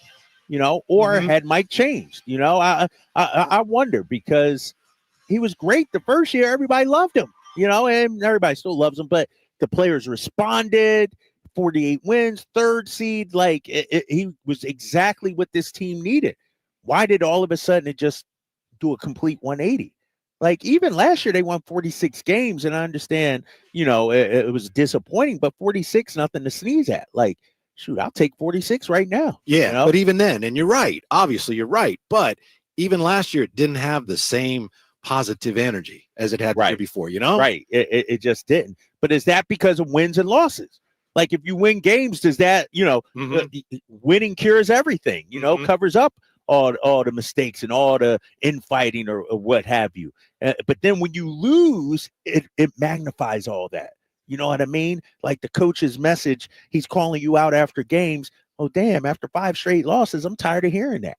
He's, telling you to turn on the Jets. Oh, shoot, after 5 straight losses, you turn on the Jets, coach. You get a little ornery. And so now with Doug, it's like, man, he's had this early success, and now it's sort of feeding off itself. You're getting that positive momentum. Yes. Now, fact of the matter is, they're in a honeymoon period right now. Yes. Right? Yes. He comes in, you start winning games. Man, everything's great. And maybe it's that way right into the postseason. But, given that it's the NBA, probably not. So then we're going to find out some things. Well, how does a team respond? How does a coach respond when things get a little bumpy, which is inevitable. But for now, they really need that positivity to continue tonight because they need this game, as we've said a million times. Yeah, they need this game, man. They're rocking and rolling right now. 4 straight wins, 2 games under 500, and you got a tough schedule coming up. If you can claw back to 500, I think that's, in terms of, you're still 2 short of that, right? 2 short. So you got to win tonight. Yeah. And Friday in Boston. Oh, no, I don't like that bad. But yeah, it's so that's why tonight's so important, though. Think about it like this, Whitey. You're 17 and 19. If you lose today, and I don't think the Kings are going to lose, I think they're going to win. Then you become 17 and 20. Now you got Boston in danger of going to 17 and 21. This is your chance to really start digging yourself out of this hole that you're in. That's why tonight's game is so important. And we heard it the other night when the Kings got the win against Memphis. Everybody talked about how Doug is emphasizing and stressing protecting this house, playing well for your home crowd. And we're seeing that as of late. That's why. And this Miami team is wounded. They are emotionally and psychologically wounded right now. And so you got to get this win tonight. How do you explain this? The 3-ball falling all of a sudden. We know they struggled mightily. Last year was like, wasn't as good as the year before. This year it's been like, wow, falling off a cliff. Now all of a sudden, hey, the ball's going in again. Why? You know what's interesting, Whitey? I looked at the numbers. In Doug's 5 games, they're taking more threes, but the percentage isn't that different. Really? From the first 31 under Mike Brown to the last 5 under Doug. I would argue they're shooting it better these last 3 or 4. They're shooting a higher volume. But when you look at, I think with Mike, the percentage was like 34% as a team. With Doug, I think we're at like 35 something. So it's not a huge, like all of a sudden they're at 38%. But what's interesting with this Kings team, when they win, they hit 38% of their threes. When they lose, 30% of their threes. I happen to have those numbers here. I saw this today in the Kings close Herro. for that? Yes, for the season, Kings shooting 34.5%. That's 21st. And they're taking 35.5 per game. Over the last 5 games, they've shot 38.6% on threes. They've shot 38.6 threes per game at a percentage of 36.3. Over the last 3 games, the Kings are averaging 40.5% on the last 3 games. Right. On just over 40 attempts per game. So the last 3, it's really, like, whoa. Yeah, last 3, it's really taken off. But that's what comes with playing freer, right? And playing with a free mind. I think so. You know, I'm looking at some of the numbers from last night. You know, you look at with the players, Keegan Murray, 3 of 8. But how about Keegan hitting that first one? That was an encouraging sign right from the jump. My boy Kevin Huerter, 4 of 6 from 3. Malik, 5 of 8 from 3. Domas continuing to knock him down, 1 of 2. I don't know, man. It's just good energy begets more positive energy. Negative energy brings you down. And so I think what Doug is doing, especially publicly, man, and I understand it's easier to do when you're winning, but praising your players, lifting them up. Because here's the thing, Whitey. You know, when we had Mike Brown here and he was, you know, talking about De'Aaron and Domas, those guys might have been okay with it. But is the wife at home okay? Is your best friend okay? Is your cousin okay? Is your mom okay? Or are they saying, damn, why is he always taking shots at you? Why is he calling you out? And then that starts to get into your head. With Doug, what we've seen through these 5 games is, you know, he hasn't put it on any one player. He's always talking about we and us. And, you know, it's more of a positive, uplifting kind of message we're getting. It definitely is. Yeah. And we'll just see how long, obviously, they can keep it going when we come back. Speaking of that, can the Miami Heat do what the Kings have done over the last 2 weeks, kind of tuning out the noise that's next here? Drive Guys, Golden One Center on Sacktown Sports. When you take the time to shop at Folsom Lake Honda, there's one thing you'll always find. Happy people ready to serve you. As a family-owned and operated dealership since 2009, customer service is our #1 priority. Our customers love doing business with us, and you will too. Get an instant cash offer for your trade at FolsomLakeHonda.com. We'll buy your car whether you buy from us or not. Folsom Lake Honda is your one-stop Honda shop. Folsom Lake Honda, yeah, your one-stop Honda shop. Intercepted by Fred Warner. Faithful to the Bay. Fred gets up and runs back the other way, 30. Don't miss the excitement of 49ers game day. Secure your spot at Levi's Stadium for the 2025 season. 20, 1 block and he's in. Season tickets are available now. Inventory is limited, so to speak with a representative, call 415-GO-49ers. Touchdown! That's 415-GO-49ers. San Francisco! You know, when it's all on the line, you need a big-time closer, and that's especially true when it comes to your garage door. And that's why I recommend National Garage Door, 638-4554. Whitey Gleason here for National Garage Door. Whether you're looking to repair an existing door or get a brand new one installed, you need National Garage Door. Family-owned and operated. They've been around since 1974 because service is their #1 priority. National Garage Door are the region's BSE. It's broken spring experts. Styles, prices, and quality of the new doors will amaze you. Our garage door was starting to sound kind of, and that's not good. So Kevin from National Garage Door came out. He said patching up the old one was an option, but we're getting a new garage door. We're pretty happy about that. National Garage Door sells quality Rainer branded garage doors. They offer sales, service, and installation on all residential and commercial doors and operators. If you have garage door needs, old ones coming apart, or you're looking to improve your curb appeal, let National Garage Door come through for you in the clutch and be your closer. 638-4554, National Garage Door. Hey, it's Carmichael Dave for American Energy Heating and Air with a question. Have you recently had a technician diagnose your HVAC system and you were a bit surprised at how much it cost? Or did something seem off about their quote? Because at American Energy, they take pride in giving you honest, straightforward solutions to get that system up and running. Have their qualified technicians come out and give you a free second opinion. It's free. You got nothing to lose but some dollars off of that original quote. They're making the uncomfortable comfortable. They've been doing it since 1981, serving the greater Sacramento area. A+ with the Better Business Bureau. That's why they keep having customers coming back for more and more and more. You can call them and set that appointment at 916-520-9990. That's 916-520-9990 or AmericanEnergyAir.com. Call 916-520-9990 now.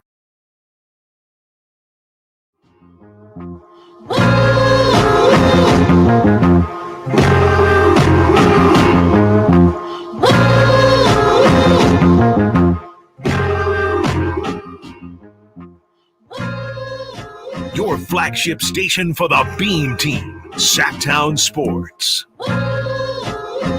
You have all the Christmas decorations taken down, boxed up, put away around the Draper household?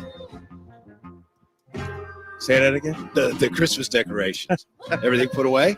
No, I have not started. And I'm upset about that, man.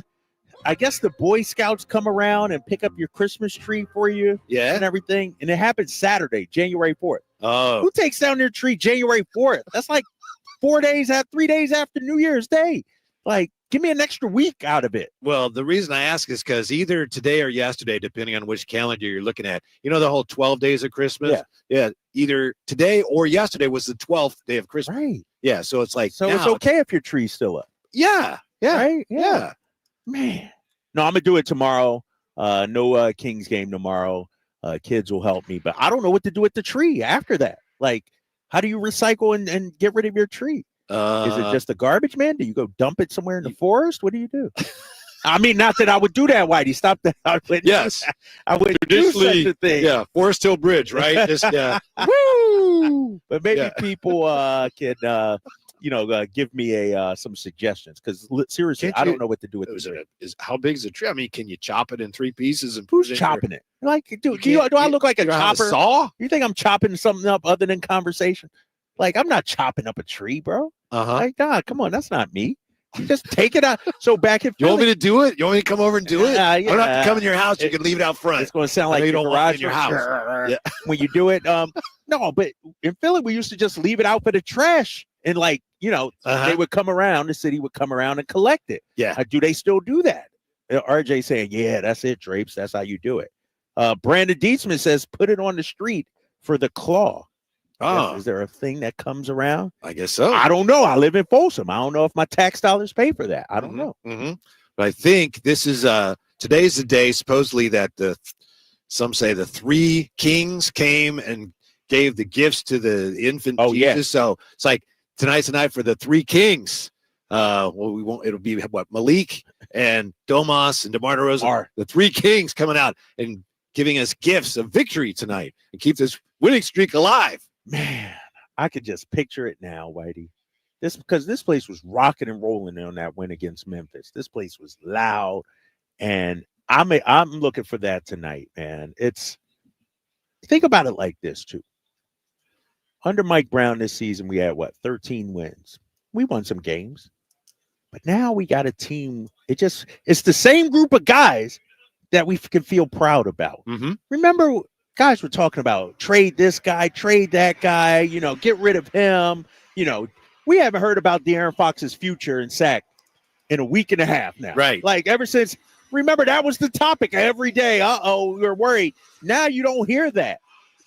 It's amazing how winning can change the entire vibe. everybody involved. Doug Christie is going to get most of the credit. Maybe he deserves most of the credit, but everyone involved should get credit for the way the Kings seemingly have turned things around in the last 2 weeks. And it's interesting because the Heat right now come in here, and as an organization, they got some dark clouds swirling overhead, right? How are they going to deal with this Jimmy Butler thing? Well, the Kings had the De'Aaron Fox situation. They had a coach got fired. A lot of people said, same old Kings. I don't know if you saw DeMarcus Cousins. It's on TikTok today saying, yeah, it's the same old Kings. They have no organization, no direction. They're always looking for someone to blame. And right now that almost seems laughable when they've won 4 in a row. Yeah, well, when did I saw it today.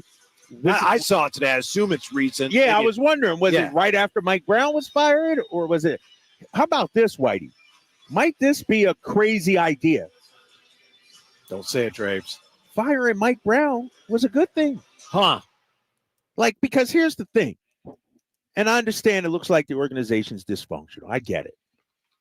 But if it works out, who cares? Like, you made the right decision. The reason, and I said this last week, and I'll say it again, in case you missed, people at home missed it, we still talk about Michael Malone because of what followed. If we would have fired Michael Malone and went on and won 50 games, nobody would be talking about the decision to fire Mike Malone.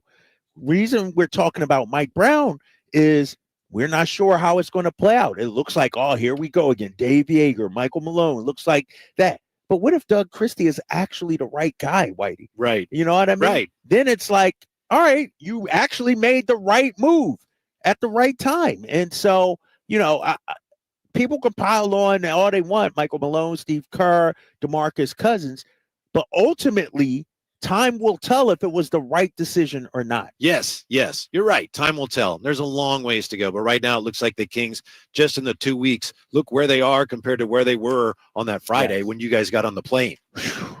It's a different feeling, man. I'm going to keep it 100% real. I'm going to keep it a buck. When Mike Brown happened, this was my first time, dealing with something of this magnitude. I've seen, Luke Walton. But Mike Brown was beloved, man. People loved Mike Brown and the organization. And when they fired Mike Brown, I'm like, what the hell are we doing? What are we doing? It's Mike Brown. It's the guy that let us, Beam Team 1, gave us stability. And so even I was down in the dumps. I was shocked, but 5 games in, you see a different Sacramento Kings basketball team. And, to De'Aaron Fox, he said the comment, this is the nature of the business, basically. I'm paraphrasing. And it really is. It sucks. It sucks to be Mike Brown. It sucks to be his family now and have to deal with all that and to lose your job like that. But this league is about winning basketball games, Whitey. And if this team wins basketball games, then the decision was the right decision. You never know what to believe and what not to believe in pro sports and politics. You never know. It's no knock on Kings. But it came out, one of the stories that came out from the organization was that this, the firing of Mike Brown ended up being a little awkward in part because no one wanted to fire him. And that's easy to say, but to the point you made, I believe that. Now, obviously, someone wanted to fire him or he's not fired, but I think it was very difficult for the organization. They realized, wow, we're really crossing the line. Yeah. Fire Mike Brown. There's no going back. Right. And here's the thing. You fire a guy like Michael Malone, you didn't recover from it. You fire David. Like, it took a while for the Kings to recover from those mistakes that they made. Yes. Think about all the negative publicity that came the Kings' way in the 2010s decade. From not drafting Luka, Marvin Bagley, the coaches, everything. And you have finally turned the corner to respectability. And then you fire the guy that helped bring you there. Like, to your point, if it doesn't work out, it may take a while to get, change it again. Now, let's say Doug doesn't work out. I fully expect him to. He's doing a hell of a job. But let's say it does. Then where do you go? Hiring another coach? And so, this has to work out, man. And so far, so good. We won 4 out of 5 games with Doug. But it's a gamble. It's a risk. Yeah, and now you look at the Heat. As we said, they're dealing with things as well. But one thing about the Heat, for better or worse, they have stayed with, like, Eric Spoelstra's not in any trouble now, right? Whereas the Kings and a lot of teams, there's bad times. You need to get a new coach. They've got more stability. Doesn't mean that they'll be able to get through this. These are some especially complicated issues they got to work through with Jimmy Butler. But I think they could maybe actually look at what the Kings have done and maybe learn a thing or two, or as far as how you navigate a delicate situation like this. And do what? When they're trying to figure out how do you sort through this? Because we had to change. We had to make a change. Well, they got to make a change. They got to get rid of Jimmy Butler. Right. Not the coach, but Jimmy Butler's got to go. But is that? And it may come down to this, Whitey, where you just send them home. Because if organizationally, we just talked about it earlier. If organizationally, you don't want to. I don't want Brad Beal in his contract. Why would I? I don't want, whatever the Warriors might be. Today, by the way, Bradley Beal apparently came out that the Heat are one of the teams he would accept a trade. Yeah, it was Heat, Lakers, and somebody else I thought I saw. I'm just like, if you're Miami, and I agree, if a guy is a cancer, you got to get rid of him. But if you trade him for a package you really don't want, I feel like they're in a tough position. If I'm them, if I'm being honest, I'm punting on this season. Meaning either A, Jimmy, you come in and play and we work through it, or B, we're going to send you home. Right. And then you got opt out and go, and we'll use our cap space and hopefully sign a free agent to be whoever it may be. That's the path I would take, because I don't think they're going to win the championship this year. And who knows, with Jimmy, you saw how fast it went downhill in Minnesota. Jimmy has a history of, when he's upset and wants out, he's going to make life difficult. He can definitely drag everything down. Yeah, exactly. We talked about how things around here, the negativity was dragging things down. Jimmy will actively go out and drag things down. Dog, I'm so upset right now, Whitey. I'm sorry. I'm watching the Junior Kings dancers lining up. Remember, my daughter did this last year. I do remember that. And she wanted to this year. And she couldn't. She thought she was going to try out for the basketball team. She didn't. But I see all these young kids about to warm up, and I'm like, damn, my little girl could have been out there. That was what. Probably you're Kyle Draper. You could probably get in there for. I probably could, but she doesn't know the routine. But that was the highlight of my Sacramento Kings career, Whitey. Seeing her dance out there at halftime, man, it was special. So really? Sorry about that. No, thanks for bringing up some old memories. I got one more from Bonte here on Steve Kerr, Doug Christie. You want to hear it? Yeah, let me hear it. He says, as for Kerr, I feel like he was trying to stand up for Mike Brown in a weird way. I believe that. Yeah. Weird way. That's what way. Steve Kerr was. He couldn't stand losing to that team. He probably was overly emotional. Yeah. That game, right? Yeah. Yeah. You're right about that. And his team was getting waxed. So absolutely. Oh, this is an easy routine. You just she could do that. You record this, send it to her, and then you bring her on to hustle down, huh? Nail it. Yeah. The 2024 49ers, thank the football gods, that is over with. We'll look at where they go from here, who's going to be back, and the wild card weekend, what it means for Drapes Eagles. Of course, we got lots more Kings talk as well coming up here. It's the Drive Guys from the Golden One Center on Sacktown Sports. A new Honda? Nice. Well, it was like this. It was a super hot day, so we all stopped for some ice cream. When bam, the AC went out. My dad started sweating and was all, man, I stink. And my brother was like, I hate this car. And my mom was all, I'm dying in here. Then I said, it's time to call Stockton Honda. Then Dad was like, honey, you're right. I knew you were my favorite. And just like that, Stockton Honda to the rescue. StocktonHonda.com. Power Business Technology is proud to be a 100% independent, locally owned and managed Toshiba copier dealer. Local ownership cuts out the red tape, allowing ourselves to never be too busy to personally answer the call when our clients need us. Recognized for excellence in service execution, training, and customer service, we're proud to be named a Toshiba ProMasters Elite Dealer since 2021. Contact us today for all your business printing needs at 844-POWER-BZ. That's 844-769-3729, or visit us at powercopiers.com. I tried to quit smoking cigarettes probably hundreds of times over the years. 2 or 3 days into quitting again, I go get into a vehicle, and guess what? There's a pack of cigarettes in there. I mean, I've got the unlit cigarette in my hand.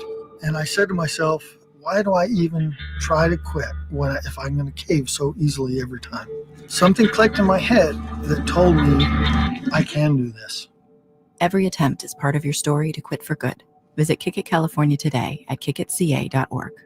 Ooma. What was that? That is business phone bliss with the Ooma cloud phone system. It handles all our voice, video, and messaging needs. You sound very calm. I am. Ooma has everything I need to run my business more efficiently, like virtual receptionist, call routing, and video conferencing. And it starts at just $19.95 per month per user, plus taxes and fees. Ooma. Nice. Find your business comm at ooma.com/radio. With the cooler seasons upon us, Advanced Infusion Center remains focused on your health and comfort. Whether you're dealing with a chronic illness or in need of IV therapy, we provide tailored treatments to meet your unique needs. Our caring team is here to make sure your experience is safe, comfortable, and stress-free. With convenient locations in Sacramento and Yuba and flexible scheduling, you can easily access the care you deserve. Explore Advanced Infusion Therapy today. Visit advancedinfusion.com for compassionate care right where you need it.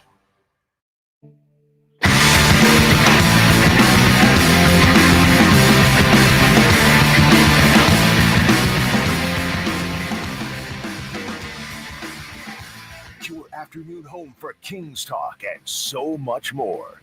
The Drive Guys on Sacktown Sports. I got to back up and ask you a question, Drake. You talked about you were in such a great mood today. You said you had the music blaring. But I've been meaning to ask you. I think that was in Drape's takes. What music were you listening to? Cher? Oh, no, not Cher. I listened to Cher the other day. This was Stop disrespecting Cher on this show, Draper. Hip-hop. No, I'm not. I said that was the other day. I listened to some Sonny and Cher, bro. I'm not disrespecting. Today was some early 2000s hip hop. That's what I was in. Everybody's like what, Drapes? Who'd you have? I had some The Game. You remember The Game, Jay?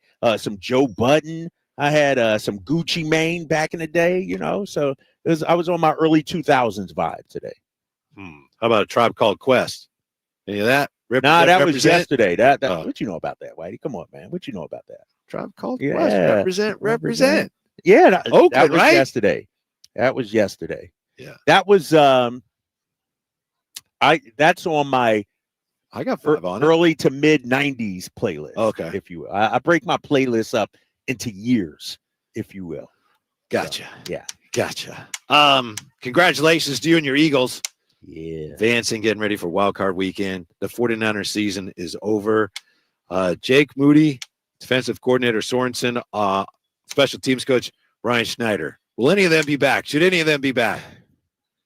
Jake Moody was 24 for 34. Nope. Shouldn't be back. I'm sorry. Because here's all but one of his misses came after the bye. Damn. So after the bye, he just confidence. He got to be gone, right? Because the kicking position is way too important. Yeah. He has to go. Sorensen, I would not be opposed to Sorensen getting another shot. Because here's the thing. How many years you going to change defensive coordinator? What might it be the personnel? It definitely is. You know what I mean? A big part of it. Yeah. I know that after they lost to the Rams, what was it, 12-6? Yeah. Nick Bosa came out and said, I think Sorensen should be back next year. And since then, things have gone the other way. Right. Now he says, I thought we finished stronger than that. Yeah, but was it Steve Wilkes' fault? Now is it Sorensen's fault? Like, it's you got to look at the players, too. You know, you talked about it the other day. Defensive line. They need to address that. Other than Bosa, Hargrave's coming back, but he to be honest, I thought he's been a disappointment since coming over from Philly. And so they got to beef up that defensive line. How about you, Jay? Moody, Sorensen, Schneider, back. We'll see. Gone. See, Jay can't even He's talk taking about a nap back. He there. can't even talk. No. You already know where I'm going. He of course, but there has been some whispers that he might be pushed over to special teams. Really? And not be completely let go from the organization. There's been some whispers. Yeah, because he's a special teams guy. You know, that's kind of, I won't say a start, but that's what he came into the NFL as. And so a lot of times, a lot of people are talking about he might not be pushed out the organization, but pushed towards special teams because they feel like he can do more damage on the special teams. Which right now, for me, fellas, Get him off the defensive coordinator. How about that? Mhm. Yes, Man. yes, Okay. and you can change the name on whoever the offensive coordinator, special teams. You can change the name of the special teams coordinator. It's not going to matter until Kyle Shanahan acknowledges that is a more important factor, a more important part of the game than he will accept. His team's special teams have been awful. Kyle Shanahan's special teams have been consistently terrible. Yes. So it's not the coordinator, it's the head coach. You got to put more focus on that. Yes. Yeah, 100%. 100%. I mean, every game it seemed like there was some sort of special teams snafu. Snafu, yes. You like that word, right? Yeah. Snafu, whether a fumble, somebody, a return Cost him a for Super Bowl touchdown. last year. It cost him a Super Bowl last year. Jake Moody, you do. But also I read too, and maybe this was somebody just posting this and it's not true. You guys tell me if you saw this, that they're looking at the medical staff too.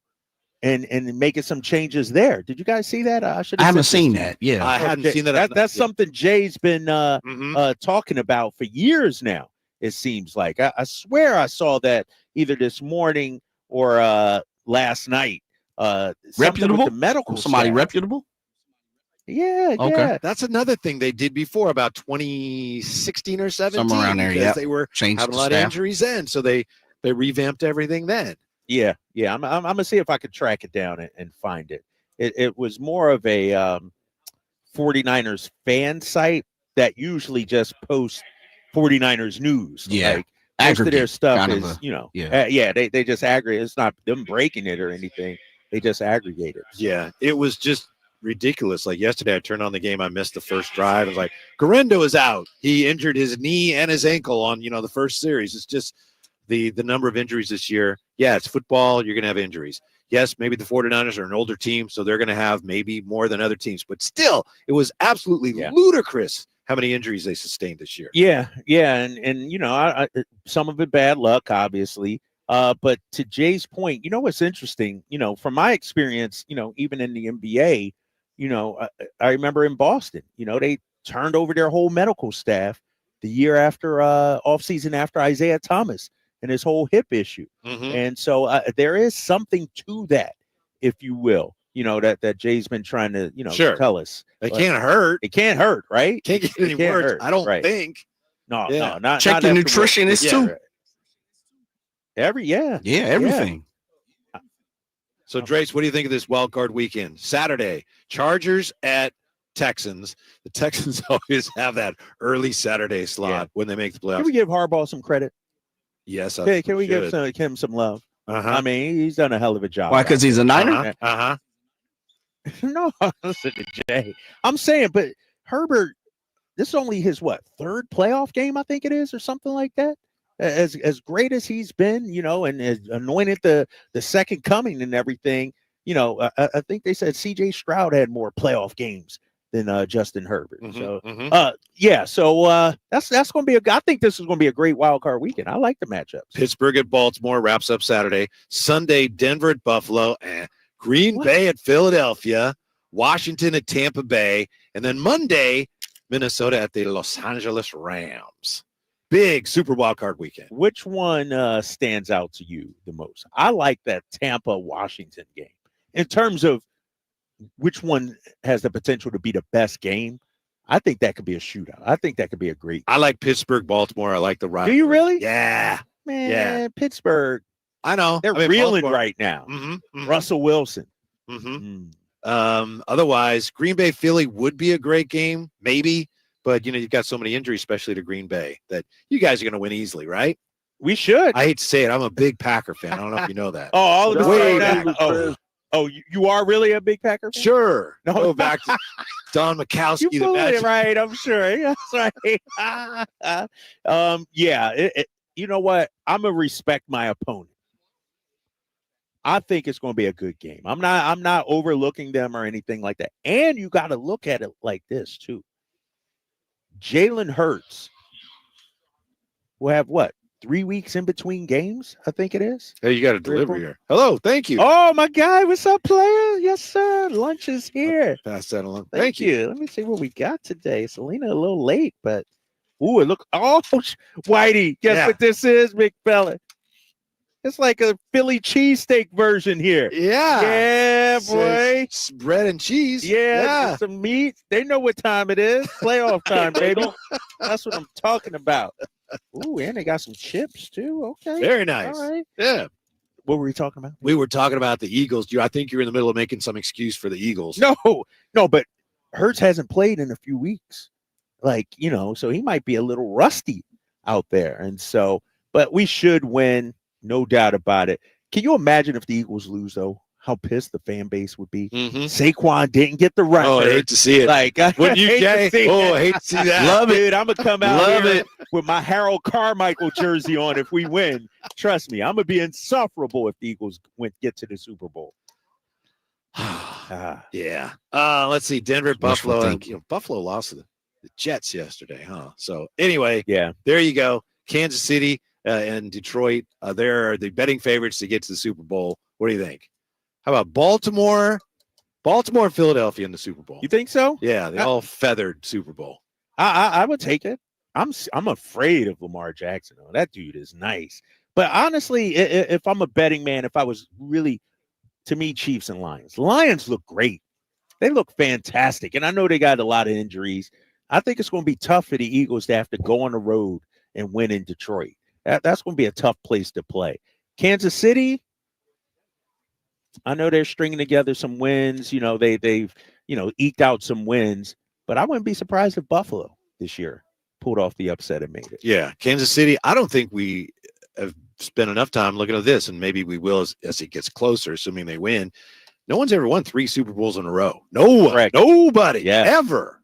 Yes, and the pressure that comes with that, too. Yeah. Eventually, Mahomes is going to fail in the fourth quarter, right? He can't come up and save the day every single time. Eventually, they're going to come up short. Yes. I'm looking for this Niners news, man, as we're, talking about the medical staff. I swear I saw something about that earlier. Mm-hmm. Mm-hmm.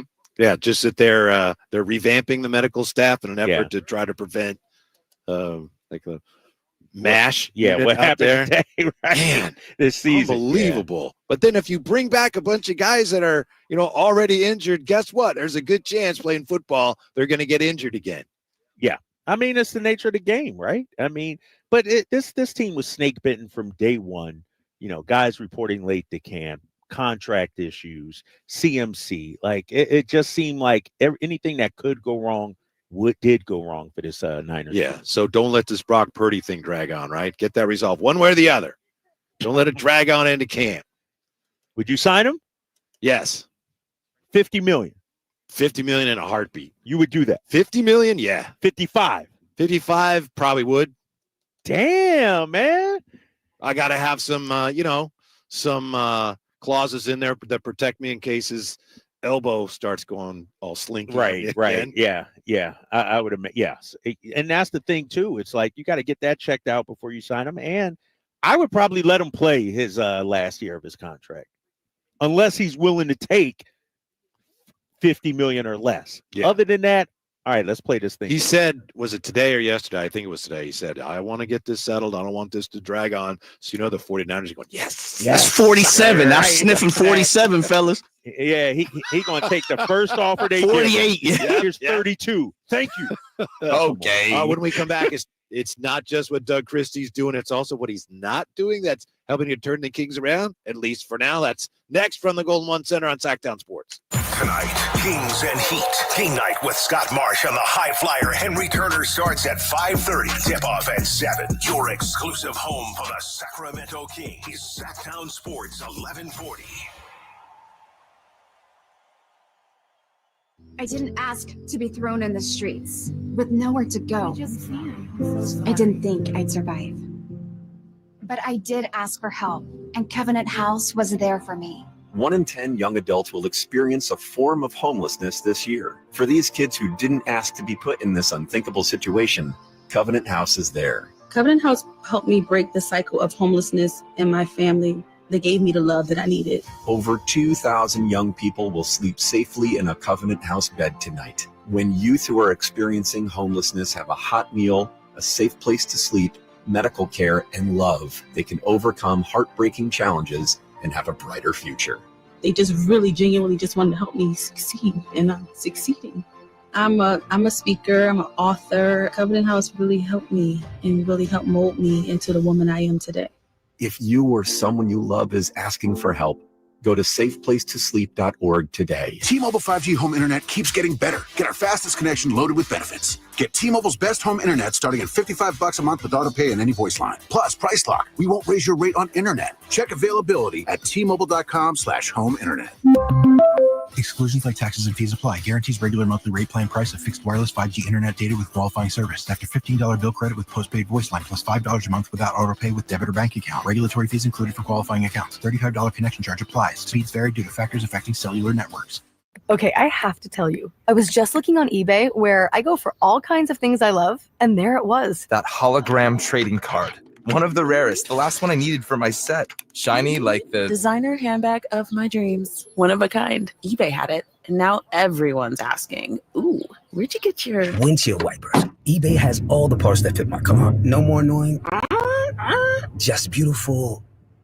Whatever you love, find it on eBay. eBay, things people love. Hey, this is Greg Papa. Are you working through a major insurance claim? Sunpoint Public Adjusters can help. Sunpoint prepares, presents, and negotiates your claim with the insurance company, working only for you, making sure you get everything you're entitled to, not what just some adjuster working for an insurance company thinks you should get. Call Sunpoint today at 888-247-7865 or contact us at sunpoint.us. Sunpoint Public Adjusters, the gold standard in public adjusting. License number 2N14884. Welcome to Staples. I am so pumped. My business is going to kill it this year. Awesome. How can I help? First, a new computer. With Staples Home and Office Hot Deals, you save big on tech. And new posters. Save on custom printing, too. And, a new chair? A chair. Who has time to sit? Maybe all your new clients? Now you're talking. With Staples Home and Office Hot Deals, you'll find huge savings on custom prints, storage, chairs, and tech. And now save up to $175 off your print order. Exclusions apply. Visit staples.com/print for details. Ends 2/1.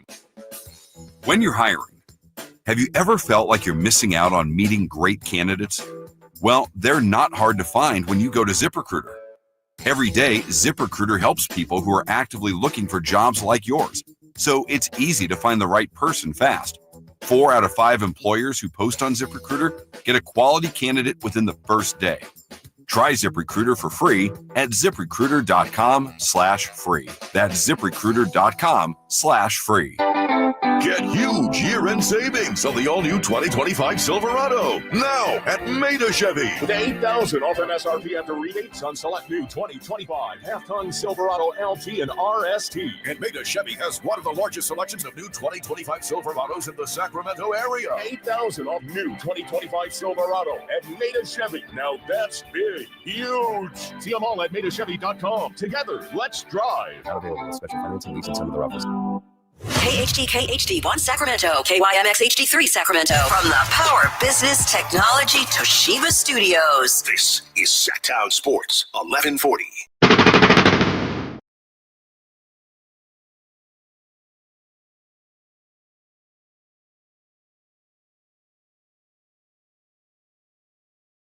Live and local, it's the Drive Guys. Watch the show on youtube.com/Sacktown Sports 1140. Or listen on the Sacktown Sports app. How about Doug Christie and the Kings? 4 straight wins, trying to push it to 5 in a row tonight against the Miami Heat. No Jimmy Butler. He's been suspended. I'm grateful that we haven't wasted a lot of time talking about, well, what about the Kings and Jimmy Butler? We have fans around here that are too smart to waste a lot of time doing that. But how about the Warriors? Do they make any sense whatsoever, the way you see it, Drapes, as far as a potential trade partner with the Heat for Jimmy Butler? I think they make sense from a timeline, and this would help them out. It doesn't make sense for the assets that they would have to give up. I'm on board with Festus Ezeli. I think Kuminga can be a really good player. I'm not giving up Jonathan Kuminga and some first-round picks and another player because of salary for a couple of good years of Jimmy Butler. I'm just not doing it. I'm just like, I feel like he's too good of a player to give up on right now. And they got to make a move, yes, to be competitive.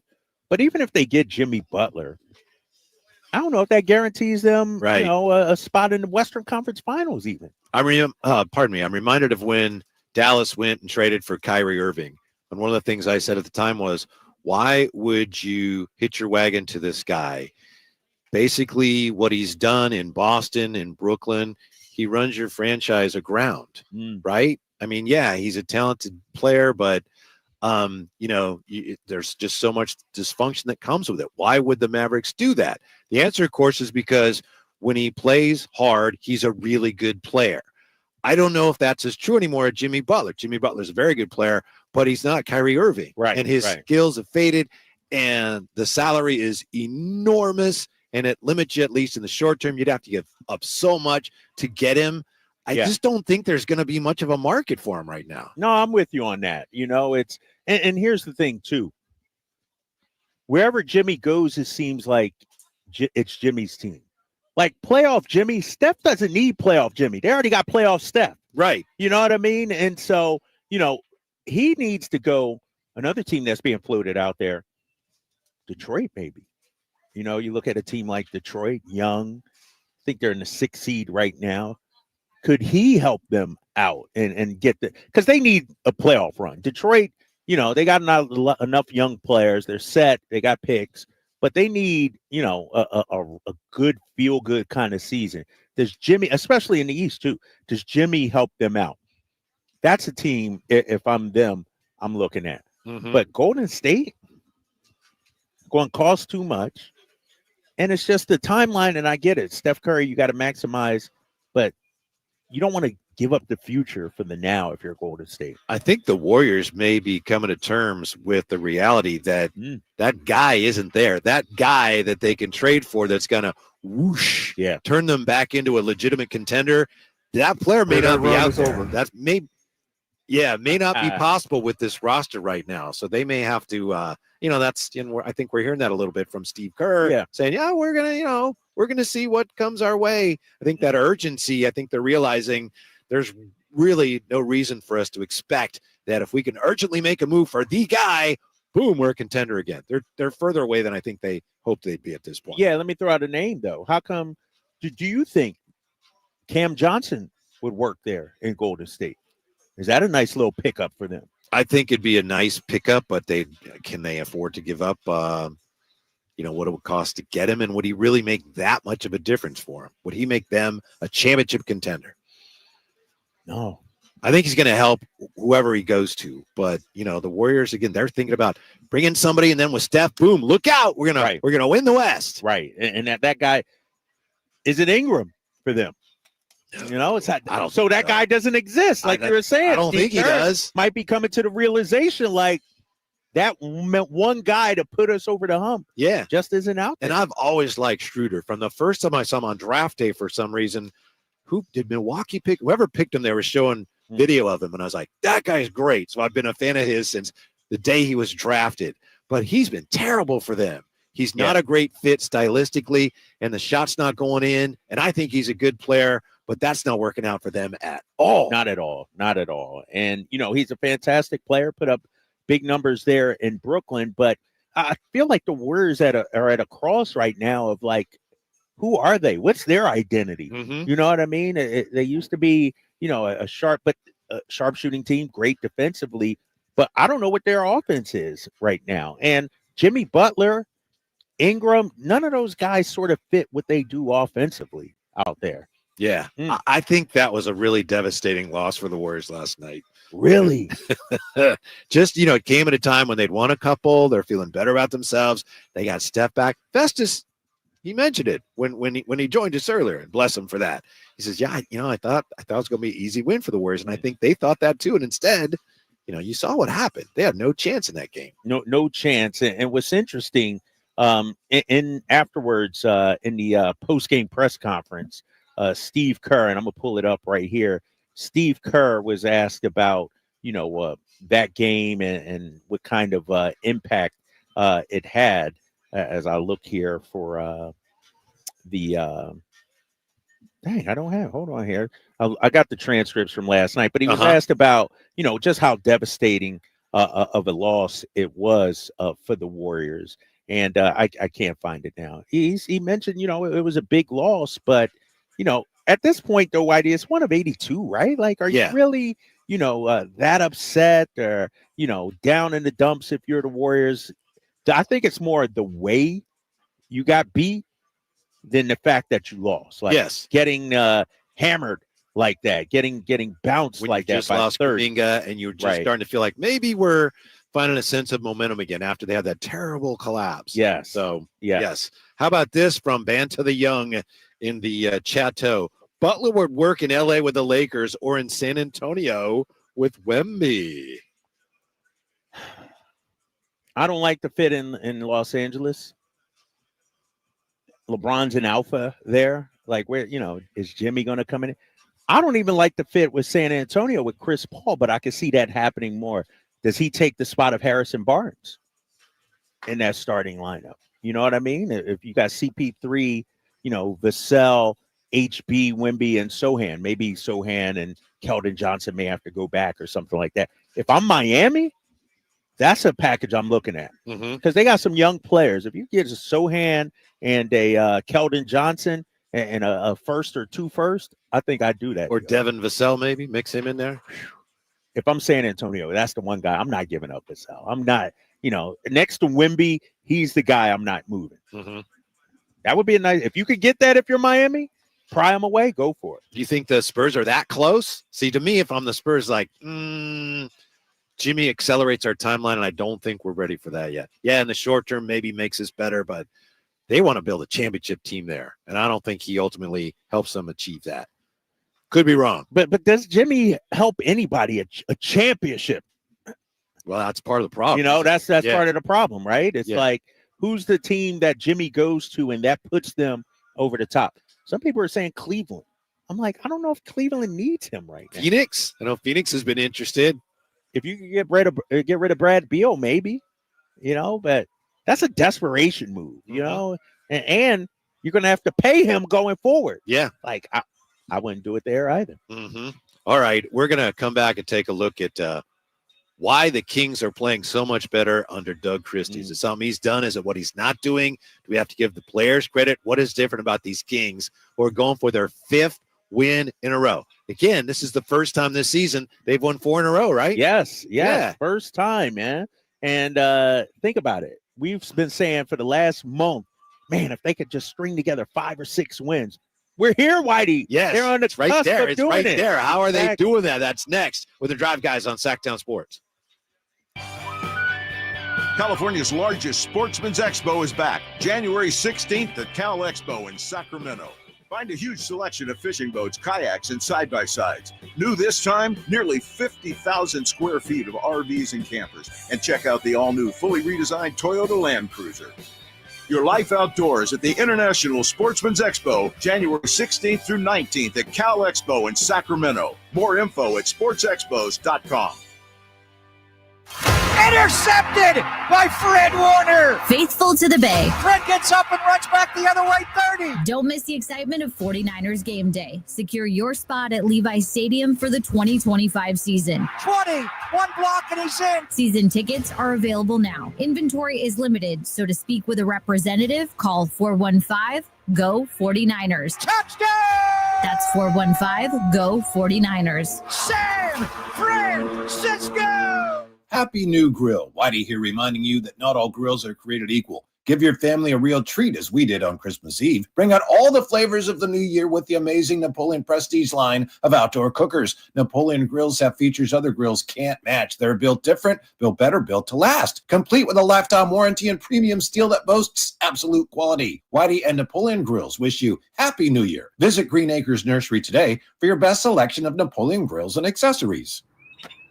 You guys got a new Honda? Well, it was like this. My mom was driving me to school when, bam, our car started smoking. weekend. My mom wasn't happy, so she called my dad and said, honey, if you value your life and our marriage, you'll take care of this now. So my dad calls up Stockton Honda and was like, can you get me approved for a new car and save my marriage? And they're all, sure, Mr. Jones, we do this every day. And just like that, Stockton Honda to the rescue. StocktonHonda.com.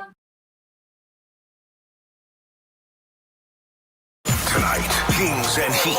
Game night with Scott Marsh and the high flyer Henry Turner starts at 5:30. Tip-off at 7. Your exclusive home for the Sacramento Kings is Sacktown Sports 1140.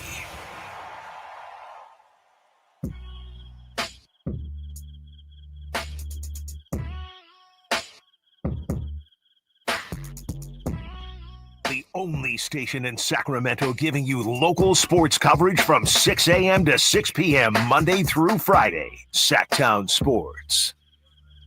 Kings fans so excited about the way the team is playing right now. Fans in Miami, Heat fans, not that excited about what's going on. Fans in Miami have expressed their frustration with Jimmy Butler by defacing a mural honoring Jimmy Butler with message such as, I quit and please pay me. So they're defacing the Jimmy Butler mural in Miami. Man, they turn it on him, huh? Yeah, yeah. Scribbling over his face. He's giving them. You know, they're like, you want to quit on us? Sacramento weather is brought to you out there. The Sacramento weather is very nice. Right. Chilly, yeah, cold, but clear. Yeah. No rain in the forecast today. for the foreseeable. There you go. You're welcome. How is Doug Christie doing what he's doing? Or are we just giving him more credit than he deserves? Do we have to give more credit to the players? How is this happening when it seemed like, wow, this team is dead in the water? Fired the coach. It is all over. And wow, from the mud, a lotus has emerged. Let me ask you this, because I know you asked. I'm going to answer a question with a question. Okay. Do you think the players are playing harder for Doug Christie than Mike Brown? It looks like it. I don't think they're playing harder. They're playing with a clearer sense of what they're doing. Okay. Wouldn't you say? They're playing, however you want to say that. They're playing more freely with more I feel like they're competing confidence. harder, though. Do you? I do. Maybe it's just me, and it's chime in on the text line and YouTube, but it seems like it sure looks like multiple efforts. Just the effort seems to be better. And so when you ask me, who deserves the credit, I think you got to give Doug a lot of it, but also the players have turned it up. Does that mean they were dogging it for Mike Brown? That's where I'm trying to wrap my head around. It's like, if you're playing harder for Doug, why is that? Right. Another fact that would suggest that's been going on. Yeah. I'm still not buying it, but the slow starts, right? Yeah. We'd have these games where, wow, they got off to a bad start in last game. They have to get off to a good start tonight. They need this game. And then what would happen? They'd get off to these terrible starts. Well, it just so happens the last two games, first time in franchise history, scoring 75 or more points in the first half of back-to-back games. Yeah, in the last two games, first quarter, whoa. Think about that, too. Even the Bean team, one era, when they were setting records offensively and everything, they didn't have this. And I just think they're super connected right now. And I also think the firing of Mike Brown has sort of like brought them together in a way that the outside noise, people are talking, all we got is us. It's going to do one or the other, right? Yeah, something like that. It's going to splinter you or you're going to come bring together. Yeah, and it seems like they're playing much more together, the multiple efforts. That's what I keep going to. But I saw last night, sure, they, knocked down 19 threes, but defensively, like how many times have we seen, the Kings get steals in the backcourt, miss a shot, a team gets the rebound, but the Kings are right there to slap it away or something. I just feel like this team, and give Doug credit, whether it's the words or just who he is, they seem to be playing harder for Doug Christie. Yeah, and I there's some similarity in the messaging that he's doing and what Mike Brown did. And we know that both of them emphasizing defense. But Doug Christie seems to be emphasizing pressure on the perimeter, seems to be emphasizing aspects of defense that play more into the strengths of the individual players. Right. Like you get Keon Ellis and you get De'Aaron, for example, putting pressure on the basketball. I mean, they're really good at doing that. But then you also got like DeMar DeRozan against Philly making steals and some of the traps they're running at people. Doug maybe has a clearer idea of how to get the best out of this team, and maybe Mike was more, this team needs to do it this way, and they're not doing it. But I feel like Mike tried to get them to put pressure on the ball, and stuff but here's the thing: two people can say the same exact things, but it hits differently when it's from a Doug versus a Mike. And Malik talked about it in his post-game press conference. About how Doug, being a former player, maybe has a way of putting things. Like, I've been in both coaches, team meetings and film sessions. Doug uses a lot of foul language, like a lot of foul language. Do you think he used any foul language to Steve Kerr last night? I think he probably had some choice words for Steve Kerr. But when he does, you can feel it. You know what I mean? Like, I'm telling you, the feeling of it. When a guy looks in your eyes and drops the F-bomb or whatever it is, you feel it versus, I'll be honest, like even in my personal life, one person could say they love me and I don't feel it. Another person could say they love me and I feel it. Like that's it. It's like if RJ says it, you feel it. Yeah. If I say you said, I'm like, you say that to everybody, bro.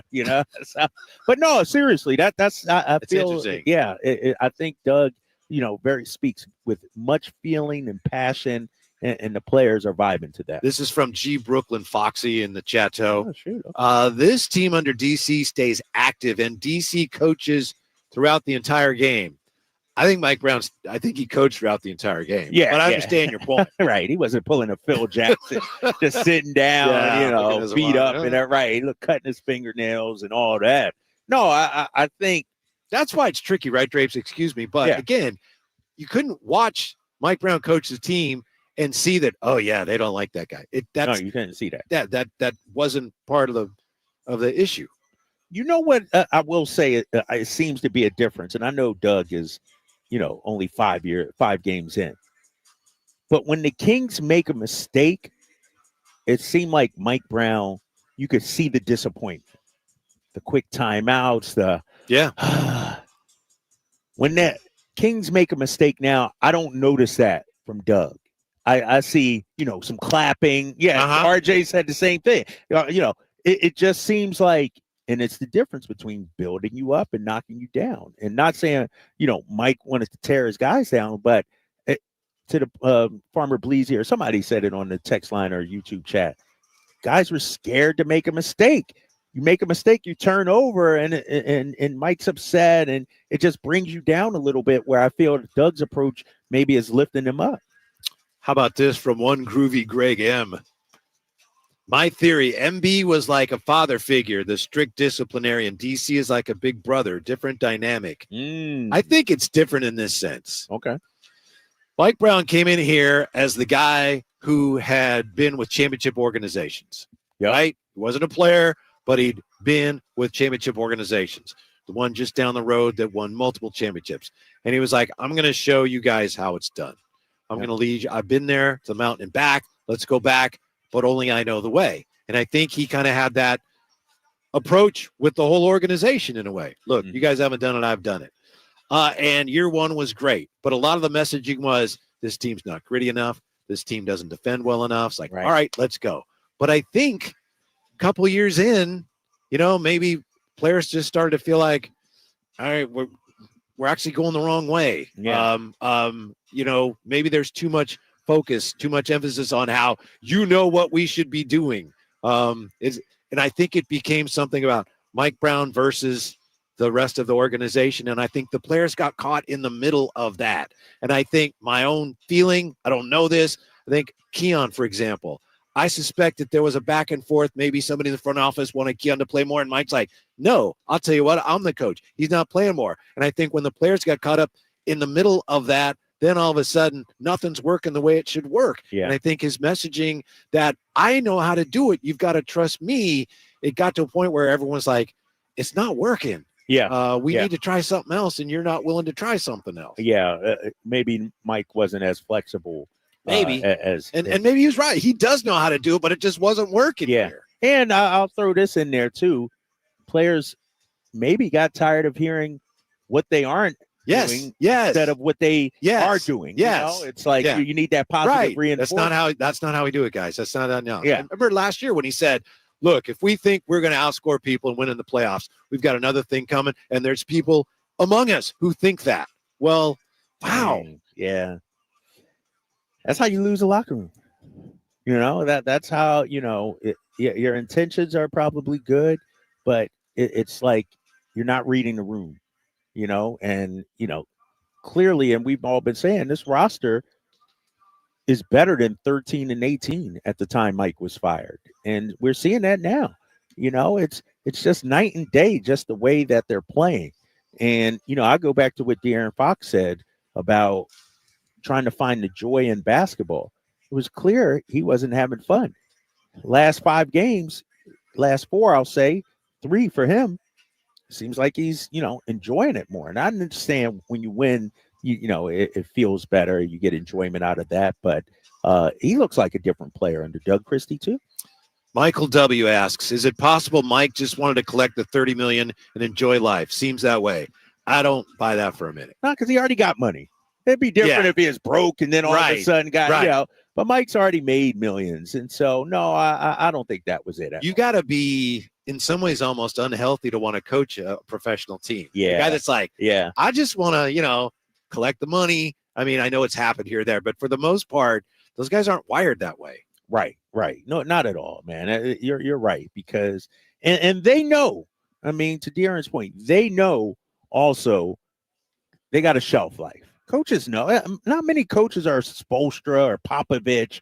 You know, it's you know, like an NFL running back. You know, it's your time is limited. You're not going to have a 10-year, 12-year, 15-year career in the NBA with one specific team.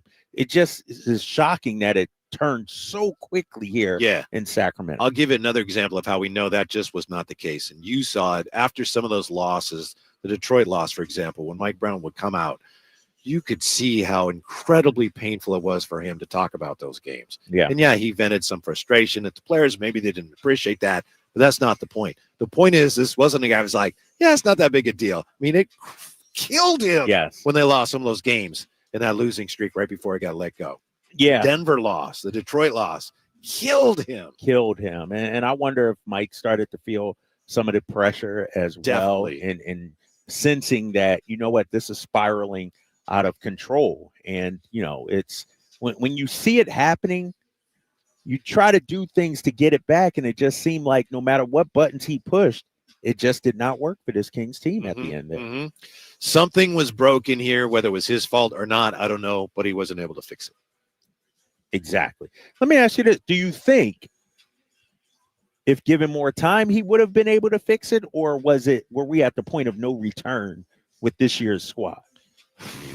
I'd like to think he could have, but the way things have gone since he left leaves me wondering if that's true. Right. You know? That's what I'm wondering. Because things really changed.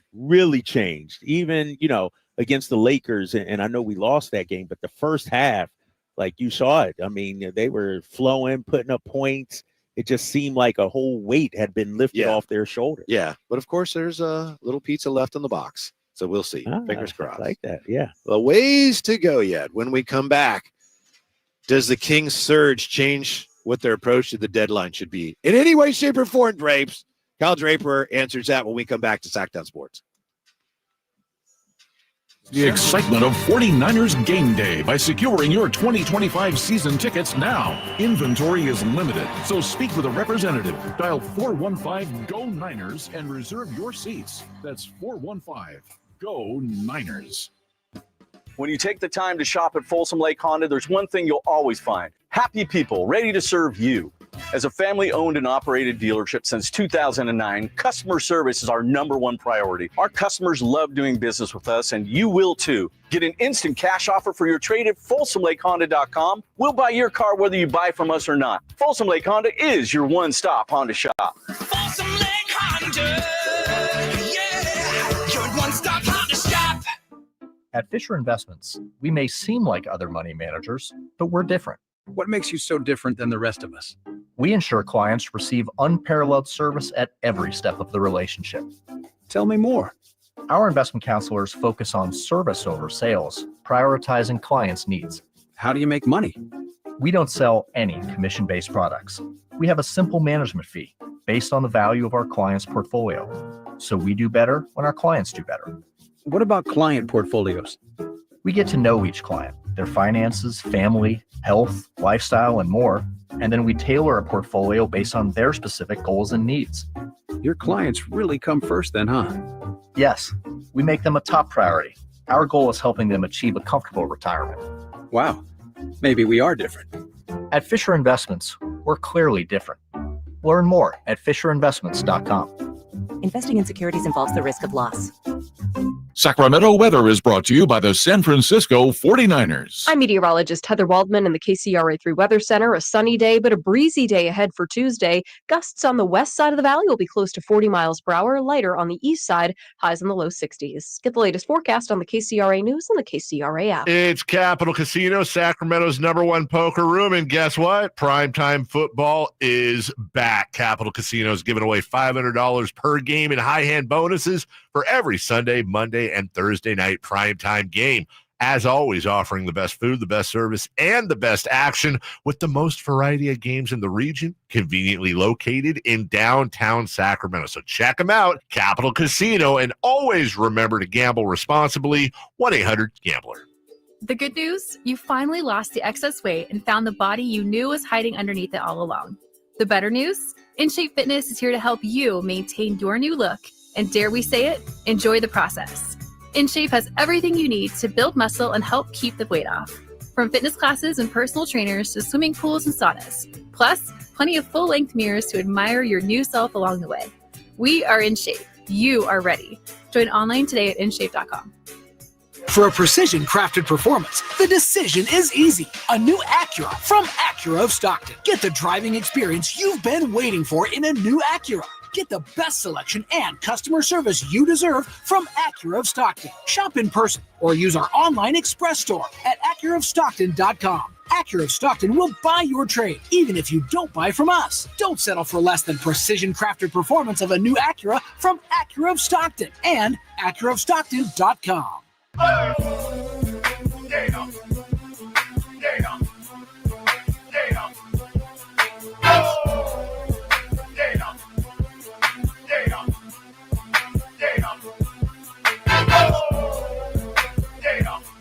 Your afternoon home for Kings talk and so much more.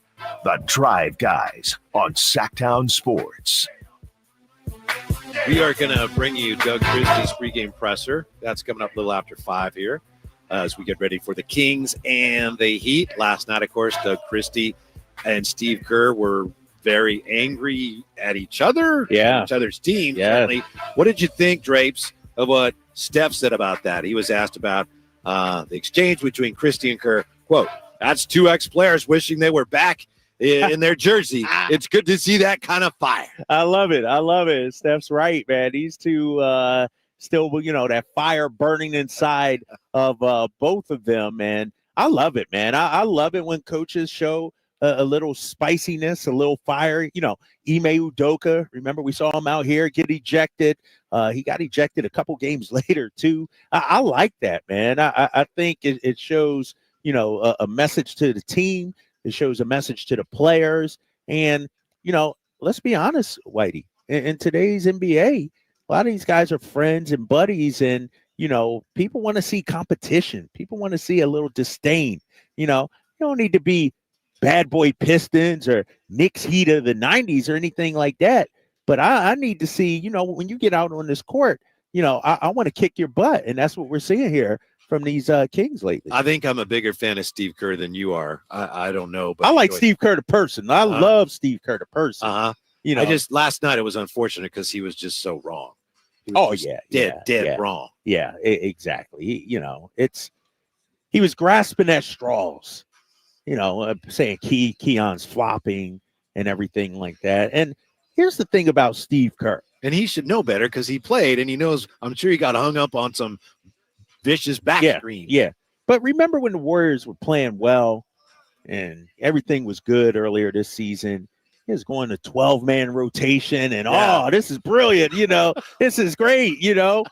now that they're struggling, he's going 8-man rotation. It's like, he keeps moving the goalposts out there a little bit. And so, you know what a lot of Kings fans are saying on social media? I'm sure you've seen this. They're saying that the Warriors have gone through the whole Buddy Hield cycle, where it's like, this guy's great. And then by the end, you're like, what is wrong with this guy? Yeah, it's crazy. Buddy started off fantastic. And now he's a role player. And Buddy's my guy. You know that. I mean, you see Draymond yelling at him last week? Yeah, that was great. Wake up! That was great. I thought that was fantastic, man. Honestly, I wish we had that kind of, communication out there on the court. But, yeah, it's I'm not going to lose any sleep or cry over the Warriors losing the game, though. And Steve Kerr whining and moaning and things like that. It's one of those teams as the Kings look upward and try to figure out how to find their way into the top 10 and above. That's one of the teams that they'd love to see slip below them. Slip down, yes. And I got the standings right now. Sacramento, 17 and 19, 11th place, a game behind Minnesota for the 10th spot. And then you look at where the Warriors are. Kings are only a game and a half behind the Warriors. Mm-hmm. And so I'm worried about this upcoming road trip, to be honest with you. When you got Boston and Milwaukee, and I think Chicago in that mix as well. That one I'm worried about. If you can go 2-1, that's a fantastic trip. Chicago's playing better than, a lot of people thought. I think they got a similar record to the Kings. I'm worried about that. That's why this game is super important to handle your business tonight. In your professional opinion, does the way the Kings have been playing of late in any way, shape, or form change the way they should approach the trade deadline? Is there less urgency, perhaps? Or can you now look at the roster and go, hey, the way they played last night without Fox, I'm not even sure they need to make a trade, where I think that would be a mistake. Yeah, but I'm just asking you. No, I think they still got to do something. Because here's the thing, Whitey. Do they need to do something to make the play-in? No. Do they need to do something to maybe get top 6? Maybe not. They might be able to get a 6 seed. But do they need to do something to be championship contenders? Yes. Yes. And that's what we're talking about here. We're not talking about just getting into the playoffs. We're talking about whatever move you make that move with the intentions of moving closer to a championship. And so with that criteria, yes, they still need to do something. And are we still talking? I'd assume we are still talking about adding wing depth. See, that's the thing that makes Kevin Huerter's good play last night such a relief, right? Because he can be a wing. I know we think about him as a guard, but you've pointed out he's 6'7". I mean, he gives you a little bit of wing depth, but you still need more, even if he plays well. Yeah, he might be the one you have to send out to get more help. Yeah, you definitely still need more, and not just at the 2, 3. You need 4 depth too. I'm not opposed to upgrading the roster.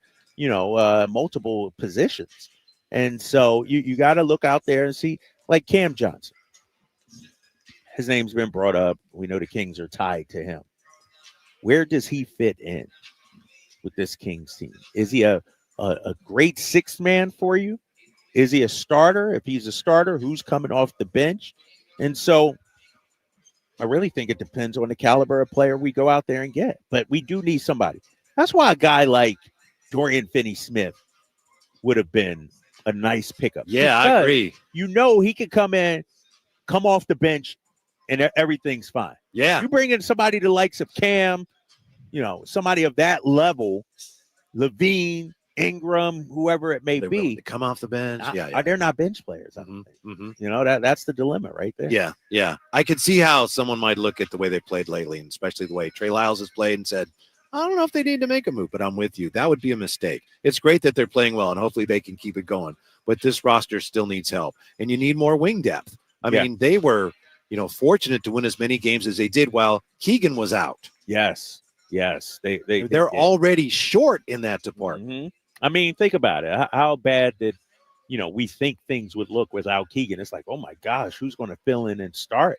And he threw Keon out there, and Keon's played phenomenal, no doubt about it. But, you still need size and length in this league, and I'm talking about perimeter size and length. You look at Boston, they could throw waves of long defenders at you. Dallas, when they made their run, remember they had Derrick Jones Jr. on their squad. You need guys like that. And so if I'm Monty and Wes and those guys, that's the kind of player I'm looking for. O'Brien in the chateau. John Collins would be great. Band to the Young. I feel like we're kind of over Cam Johnson at this point. Sorry, we're getting John Collins and Jonas, he says. Jonas Valanciunas. Both of them, huh? He coming off the bench, Valanciunas? I don't want him to get off the bus. I don't want him. You don't like Valanciunas? I don't think he's a good fit here. Tell me why not. Because he's so big and he's not very mobile and he's not going to get that many minutes. I don't think I can play him with Domas. No, you can't. You can't. That's the main thing. Yeah. I like him as a player, to your point. The fit probably isn't it. I need whoever we get, if we get a backup big, let's say we get a 5-man, I need him to be able to run the floor too. I need him to be a lob threat also. Yeah. Robert Williams kind of type player. I think he would be a good fit here. I like Time Lord. Yeah. So we agree. It's maybe not as urgent that you do something, but it's still important. Yeah. You really are serious about this year and next year. It's important that 100%. you go make a move and bring in a significant player. But it does seem a little less urgent in part because of the guy that's shooting from the corner right now, right? And I know he's only 6'3". Devin Carter. Devin Carter is contributing. Well, yeah. What do you? What grade would you give Devin Carter? He's been solid. He's been okay. He's been good. B-. B-. Okay, I'm with you. Just because he hasn't shot very well. Right. But right. I mean, at a time when I needed somebody to come in and be a B-, right, he's delivering. He's been all right. He's been solid. And he's versatile. He's versatile. When you have a lineup, a roster without a lot of depth, versatility goes a long ways. Yeah. What is he on this team though?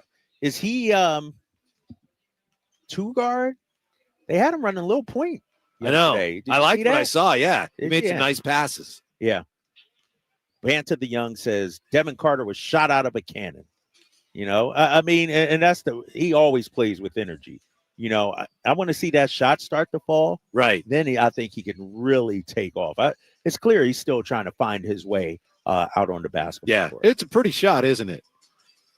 I mean, when Are you being like, when it goes in, I'm like, when it goes in, now, it's beautiful. No, it looks good. High arching. Yeah, he gets it up. Even his free throw. Did you see his free throw last night? It was like touched the sky and then came back down. No, I like it. Yeah. The question's going to be here in the NBA is how quickly can he get it off?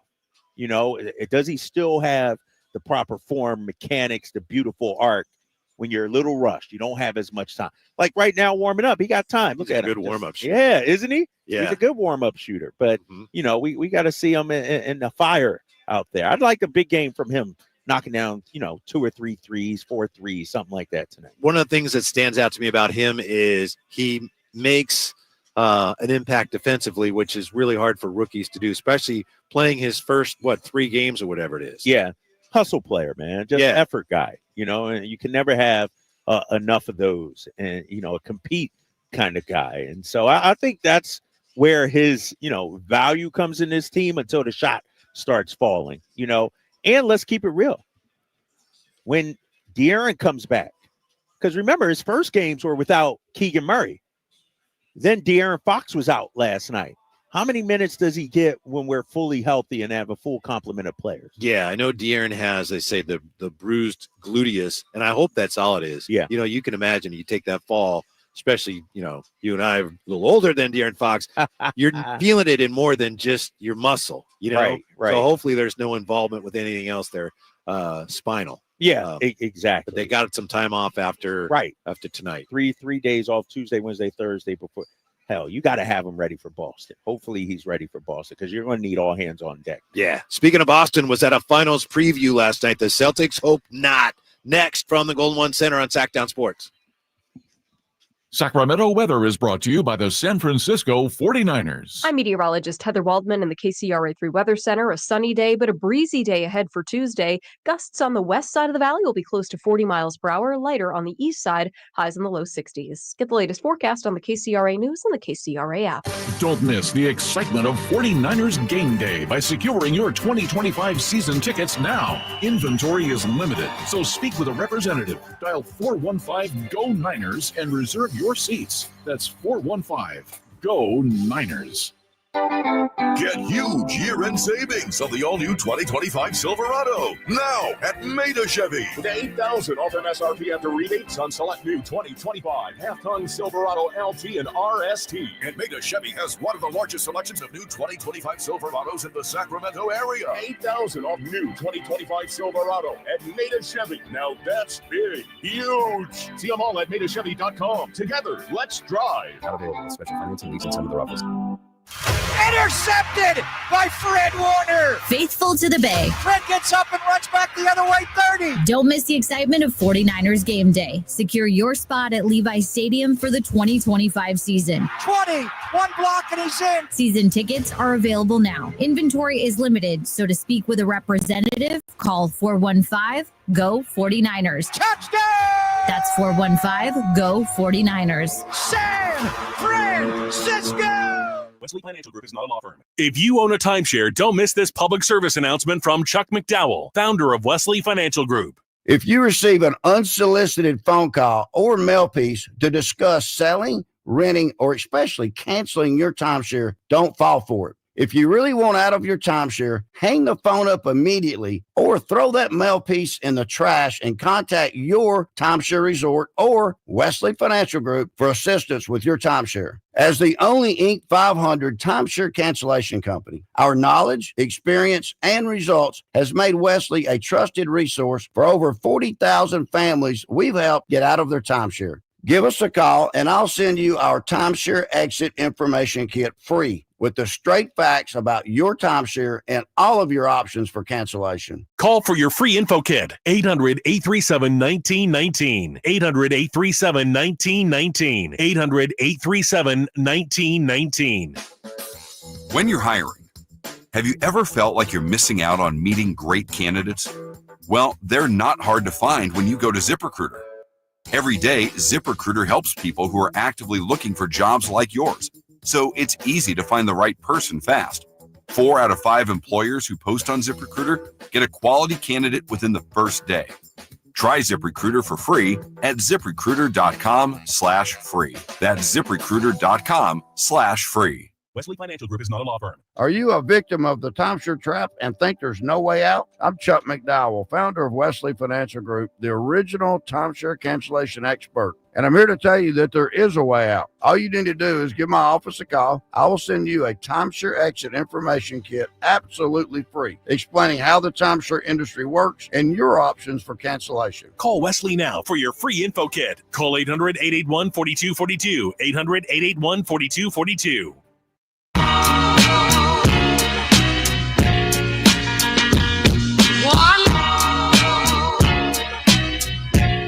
Your flagship station for the Beam Team, Sacktown Sports. I'm just remembering, I just started at KHTK, and I believe it was November of 1999, and the River Cats were coming, and I don't even know if we knew they were going to be the River Cats yet, but the Vancouver team in the Pacific Coast League was coming to Sacramento, so Sacramento was going to get a team. I don't even think the stadium was built yet. They sent 2 players in on kind of a promotional tour to just say hi and talk about the team. And they were wearing, since the River Cats didn't exist yet, they were wearing Vancouver Canadians jerseys. That was a AAA team. Huh? And it was Barry Zito was one of them. The other guy was Adam Pyatt. It's like, we didn't know who Barry Zito was going to be. It's like, hey, you're on the minor league team. Yeah. And now here we are. You fast forward to today.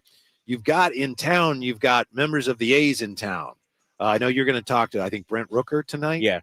I believe he's one. And Lawrence Butler on this kind of goodwill tour. Lawrence Butler is one of my, I don't know about Jay, but I love Lawrence Butler. He says, what does he say here? Sac, not a bad city. I'm kind of FW it. So you got, it's just, I can't believe it. You've got major leaguers coming to hang out, getting ready for this upcoming season in Sacramento. Yes. I still wish they were in Oakland, but they're coming to Sacramento. It's incredible. It's amazing. Yeah, man. And they're starting to kick off, their move here and trying to get some interest, and they'll be on the pregame show on NBC Sports California at 6:30. But no, man, think about it. Professional athletes are going to call Sacramento home, like baseball, major leaguers. League. Yes, this is an exciting time. It's hard to imagine. Like, think about it, Whitey. We're about less than 3 months away from the first game. I know. Being played here. Spring training and all that, the truck rolling out and everything. Like, are we sending anybody to spring training this year? Let's go. Think about it. Jay, we on that or what? Spring training this year? The A's of Sacramento? Jay talking to Ramsey back there right now. Jay ain't listening. Jay's probably working on it. Oh, he's working on it. Is that what he's doing? Jay's there? a real Okay. baseball guy. All right. Yeah. That's what he's doing. No, I'm excited, man. Just contrasting that with all those years ago. It's like, who's this guy? Barry, what's your name? Barry Zito. Okay, right. Nice to meet you. Now here we are with the A's getting ready to play in Sacramento.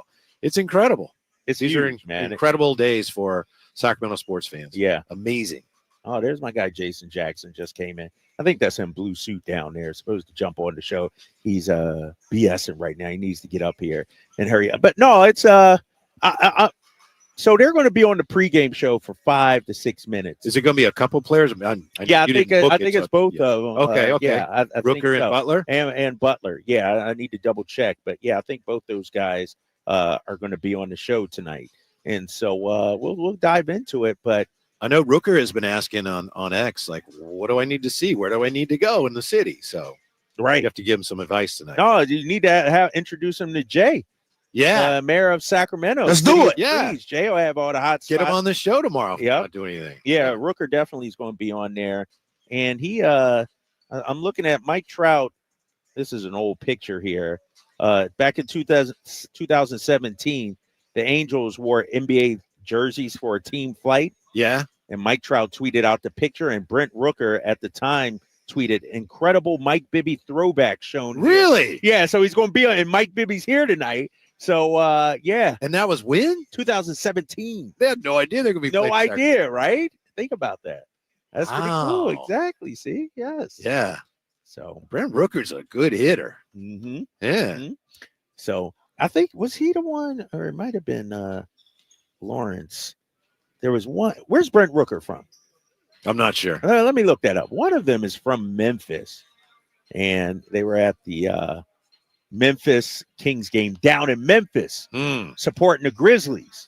Ooh. And so yeah. Who's from Memphis? Brent is. Yeah, Brent is from Memphis. So I got to ask him about that too. Wow. Because yes, he was I think he was a Grizzlies fan. That's where he's from. So he likes to play it both ways. Yeah, I'm out. Hey, he choose a side, Brent. Right, he's gonna be like that little kid last night. Come up with both jerseys on here. So I know Alan Stiles was trying to find that kid to have him on. Just for what? Why would he do that? First of all, the dude's in school. Kids in school today during Alan Stiles show. What's he going? I don't know. I'm just man. Jay, leave the kid alone. Leave the kid alone. Yeah. How about this last night? I know you're a big Celtics guy, or you were. Very complicated, isn't it? Oh, here we go. What's up, Jay Jax? Come on, man. You're trying to outdress All right. me in my own city. What's up with you, man? Oh, what you got in this big bag right here? Jason Jackson is the. You jumping on with us or what? Yeah. When you going to do it? You going to go settle in first, and then all right, give you a few seconds. All right, thank you. Yes. Yeah. Heat play-by-play guy, TV host, NBA on Sirius XM host. So he's going to do that's just a right, second here. The Boston Celtics. You have a complicated relationship with the Celtics. I know. Very complicated. Yeah. Very yeah. complicated. Did you see what happened to them last night? Yes, I did. Or yesterday, they're taking on the Oklahoma City Thunder. Boston was up by 10 at halftime. In the second half, the Celtics scored 27 points. Unbelievable. And they fell to the OKC Thunder 105-92.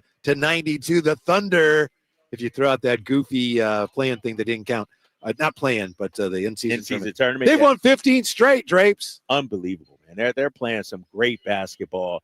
And I watched the first half, and I'm like, man, the Celtics are being the Celtics. Saw clips of the second half. Like, they're legit, man. Like, the people talk about the threes in their offense. They got dogs defensively. To hold the Celtics to 27 points. Yeah. And I turned on the NBC Sports Boston postgame show, and Eddie House, our guy, first thing out of his mouth, these refs, man, and I'm like, bro, come Former on, Sacramento man. King. Yeah, former Sacramento King, Eddie House, does a podcast with our guy Mike Bibby as well. Check it out. But he was blaming the refs. I'm like, nah, they just took him to the woodshed, man. They just, the Thunder play hard every single night, man. They compete hard, and they got a good group there. And Shea is my MVP. I don't know how you feel right now. Shea's the MVP of the league. What he's doing out there, what are they, 31-5 or something like that? It's crazy how great they're playing without Chet Holmgren. Yeah, somebody in the chateau was asking, why didn't the Kings go after Hartenstein? Well, I think because they needed that money. They wanted to make sure they got Malik back, and I don't think they had. Yeah, I don't think we financially could afford it. Yeah. We couldn't afford Hartenstein, and I'm not sure he was interested in coming here anyway. Yeah. I mean, no offense, Sacramento or OKC. OKC is a up and coming team. Yeah, but Sacramento compared to Oklahoma City. I agree. City wise, 100%. But I'm looking at OKC. They're creating a dynasty right now, man. And they got to win, obviously. They got young players. They still got draft picks. I know. They're not going anywhere for a few years. That's one of the, if I'm being honest here, it's one of the scary things when we talk about the Kings and a legitimate contender. Yeah. Okay, you look at like OKC and where they are right now. Yeah. It's a little daunting. And how about this, Whitey? San Antonio. Uh-huh. They got picks too. Remember, they traded DeJounte Murray away. They got picks from Atlanta. And so you got some young teams coming right now, man. I look at, I know Utah is trash right now, but what if they get Cooper Flagg and a couple other, that's the one issue the Kings have. They got their core now, but not a lot of flexibility picks wise, until they figure out this Atlanta situation. Which is maybe one reason why you don't trade them for Cam or anybody. Right. That's the thing. You're right, man. Because I know you've said you're not, 2 picks. I go back and forth. You look at John Collins, who now Danny Ainge is saying he would like a number 1 pick for him. They got him for what? Rudy Gay in a second rounder. Right. And John Collins is playing his butt off this season.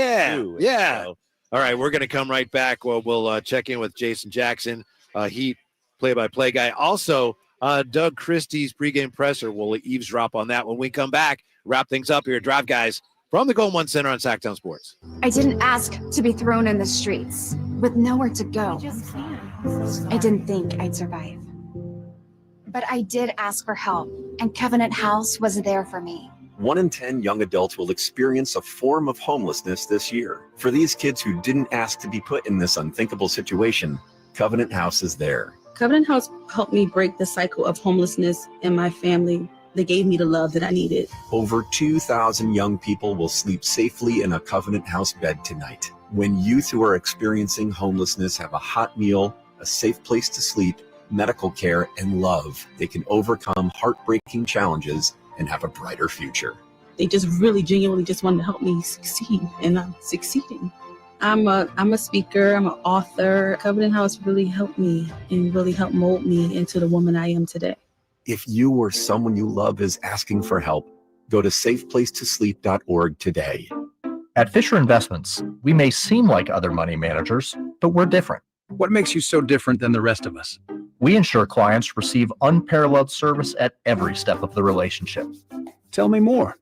Our investment counselors focus on service over sales, prioritizing clients' needs. How do you make money? We don't sell any commission-based products. We have a simple management fee based on the value of our client's portfolio. So we do better when our clients do better. What about client portfolios? We get to know each client, their finances, family, health, lifestyle, and more. And then we tailor a portfolio based on their specific goals and needs. Your clients really come first then, huh? Yes, we make them a top priority. Our goal is helping them achieve a comfortable retirement.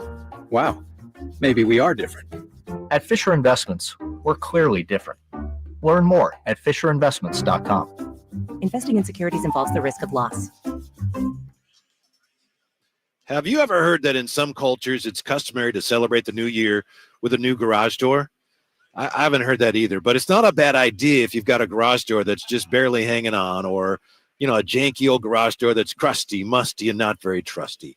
You want to upgrade your garage door game and up your curb appeal at the same time, then do what we did. Get a new garage door from your National Garage Door. Get that garage door for your home. Side benefits, by the way, while cleaning up the garage to get it ready for the new door, I found a bunch of old baseball cards and my 1989 World Series media pins.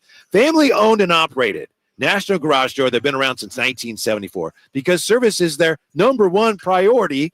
National Garage Door are the region's, I call them BSE, broken spring experts. Styles, prices, and quality of their new doors are going to amaze you. National Garage Door sells quality Rainer branded garage doors. They offer sales. They offer service and installation on all residential and commercial doors and operators. If you have garage door needs, maybe the old one's coming apart, just not sounding the way it should, or you're looking to improve your curb appeal, well, let National Garage Door come through for you in the clutch and be your big-time closer, 638-4554. That's 638-4554, National Garage Door.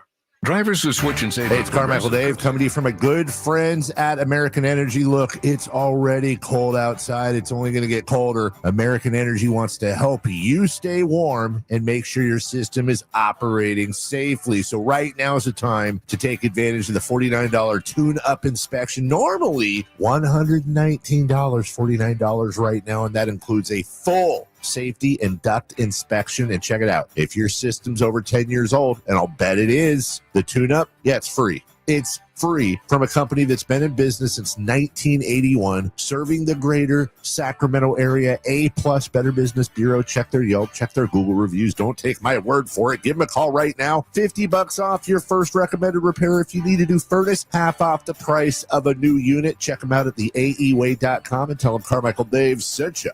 Call 916-520-9990 now. Drivers who switch and save with Progressive could save hundreds. With that kind of money, you could go big time and skip the regular line at the airport and pay for speedy security. Imagine not having to quickly unpack and pack at the place you already came back to. And wearing your shoes the whole time you're there? You can't put a price on that kind of luxury. Well, actually you can, and you paid for it. Switch to Progressive and you could save big time for speedy security. Progressive Casualty Insurance Company and affiliates, not available in all states. Potential savings will vary. Oh, could this vintage store be any cuter? Right? And the best part, they accept Discover. Accept Discover? In a little place like this? I don't think so, Jennifer. Oh, yeah, huh? Discover's accepted where I like to shop. Come on, baby, get with the times. Right. So we shouldn't get the parachute pants? These are making a comeback, I think. Discover is accepted at 99% of places that take credit cards nationwide. Based on the February 2024 Nielsen report. KHD KHD1 Sacramento, KYMX HD3 Sacramento. From the Power Business Technology Toshiba Studios. Sacktown Sports, 1140.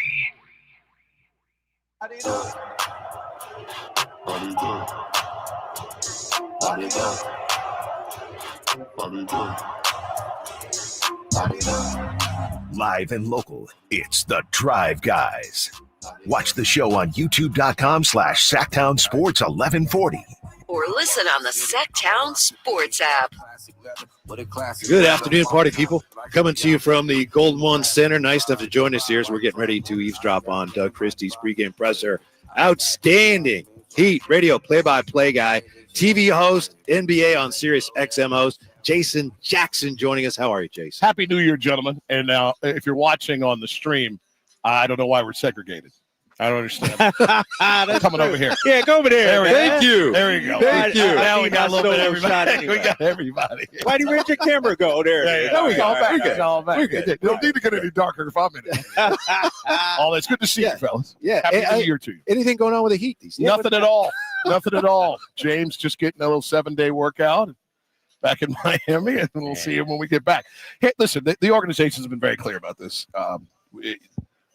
His scenario has been spoken for. Somebody can try to go to the press conference today and get Spo on it.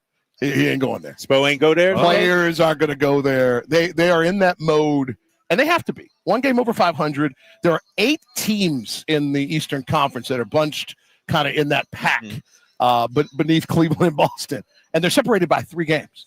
So even if some of the noise is internal, you even have to turn that off. Turn that down. Because we're getting to the middle of the season where it's hard to make a move one way or the other without a substantial win streak, which I imagine you guys are starting to sniff right now. Yeah, right here, right starting to sniff it. So I'm as curious as anybody, and I said that I'll leave it at this because I love my job and I want to keep it, is that I have covered at one time or another in one place or another every retired number in the building. there isn't a easy separation. It's the hardest thing to Even do. Dan Marino? That's cold. That's cold. We're never separating from 13 in the building, or 23, or Mark Anthony's 28 straight sellouts, whatever it is. Okay, all right, we my like bad, to celebrate my bad. Miami. Don't be upset about that. That's cool. That was cute. That was cute. And so, this be the end or not? The guy with a statue out front had a back and forth at the end. Yeah. The guy that helped us win our first championship drove in a tractor trailer in celebration before the 06 championship celebration. And I remember Shaq trying to take down the team verbally while he was in Phoenix, and Pat Riley standing in a dark, dense, narrow hallway in Madison Square Garden saying, "We sent Shaquille to paradise, and we're all left with the carnage." Mm-hmm. So if you've seen some things, you know some things. And so as my mother would say at the end of any service, on Sunday, on Thursday, or Monday Bible study, this too shall pass. Jason, when I look at the Heat and obviously everything you guys are going through, had Jimmy's role changed with the team? Was this playoff Jimmy from a couple of years ago, or was he what they're running now different, you think? I think the offensive structure had changed a little bit, but the premise, as again, I'm gonna do Pat Riley lines all night. All right. As Pat likes to say, the main thing is the main thing, and that's winning games. Okay. And so whatever that takes, that's what you're doing. And sometimes each night, you guys know this, sometimes you change it. Right? December 1st, something changed in your starting lineup, right? Yeah. And then you had to make a change 6 games ago now. And I don't know if everybody loved all that, but you won 4 of the last 5 now, right? Right. So that's all that matters in all of this. And so while there was a lot more motion, there was a lot more penetration to kick, didn't mean you defended any differently. And that's one of Jimmy's lines, like just guard somebody. Like he didn't even call it defense. Guard somebody. Yeah, exactly. It's not about schemes with Spo. It's just about, are you willing to do anything, the hard things, to try to win? And this team right now has had some nice runs and had some tough trip ups, and now are you willing to do really hard things, which is try to win on the road in a long trip, a long way from home, to try to get yourself in a position that feels more like a team that could compete for a championship. Jason Jackson, nice enough to join us. You mentioned the Kings. I'd love to get your view of what's going on here, from the acquisition of DeMar to starting slowly. Coaches dismissed. Now all of a sudden they got a winning streak going. What do you make of where the Kings are now and how they got to this point this year? Well, as you all know, and you all probably feel, everybody in this world, at least this basketball world, loves Mike Brown, right? Yeah. And so it was hard to see it from the outside in. And I don't play with other people's money. Coach Brown got more money than all of us combined. We don't worry about it on that level. What the organization felt like it needed to do to get this team right doesn't surprise me, because you're not in the position that you feel like you should be in. And you're looking around going, well, except for a ding or a few games here and there, what is the problem? And so I don't know if you guys are cranking up. It feels like you're cranking up pace on offense a little bit more here. You were already a really decent defensive team. 3 of the last 5. You got folks out here struggling. I hope tonight's not one of those nights. And it's funny how much better a team looks when the ball starts going in. Oh, man. Making some shots. This game, we can make it really complicated, but it's really simple. Yeah. Put it in the hoop and try to keep the other team from doing it at the same time. And guard somebody. You better guard. That's some old Texas stuff there. I don't play with. I don't mess with Texas. I'm from Ohio. I'm too simple. I don't mess with that. But it is the whole addition from subtraction stuff doesn't always work, and there's still a lot of road to hoe. So you're going to see. Yes. I just wish the profession. We see the NFL today and prior to today. Yeah. I just wish the profession of coaching was not the easiest place to try to find the answers. Right. To That's cure the you, first thing, because it's rare. Yeah. It's rare that you make that change and all of a sudden you're playing for a championship.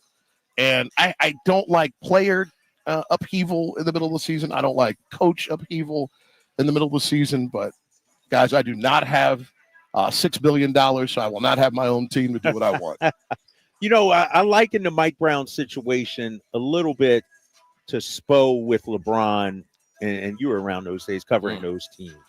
Organization, Pat Riley came out, back Spo. Mm-hmm. I didn't feel like Mike Brown had that clearly with this organization. It's a shame. And tell me about how that changed what you guys were doing there in Miami with LeBron, and that actually got things to start working. And, you win a couple championships. We were 9-7 or 9-8 in that first year, 2010-11. And there was even that, literally, LeBron and Spo just happened to be walking in the same line, and they bumped into each other. And then there was the 45-minute meeting afterward. Yeah. And the folklore is that Dwayne and LeBron went upstairs and said, Pat, you need to come out of retirement and coach. Now, Dwayne will not co-sign that. His memory does not allow him to fully connect to that. And Pat's line was, get your bleep out of my bleeping office and go win. And so when you think about that, you tell him allegedly LeBron and you're only asking. You're not telling Pat. Right. You're only asking. But I think that what you learn from that is, okay, let's do three things. One, it's a 30-year run of the same family, the same president. Our head coach has been in the organization the same amount of time. And so I've been around for most of it. And as I try to tell, particularly younger players now in camp, trying to fight for something. So this is a little different than either the story with Jimmy or even that story with LeBron. But I say all the time, I was here before you got here. Most likely I'm going to be here when you go. Dang.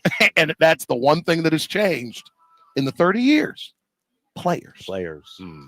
Wow. Nothing else. Yeah.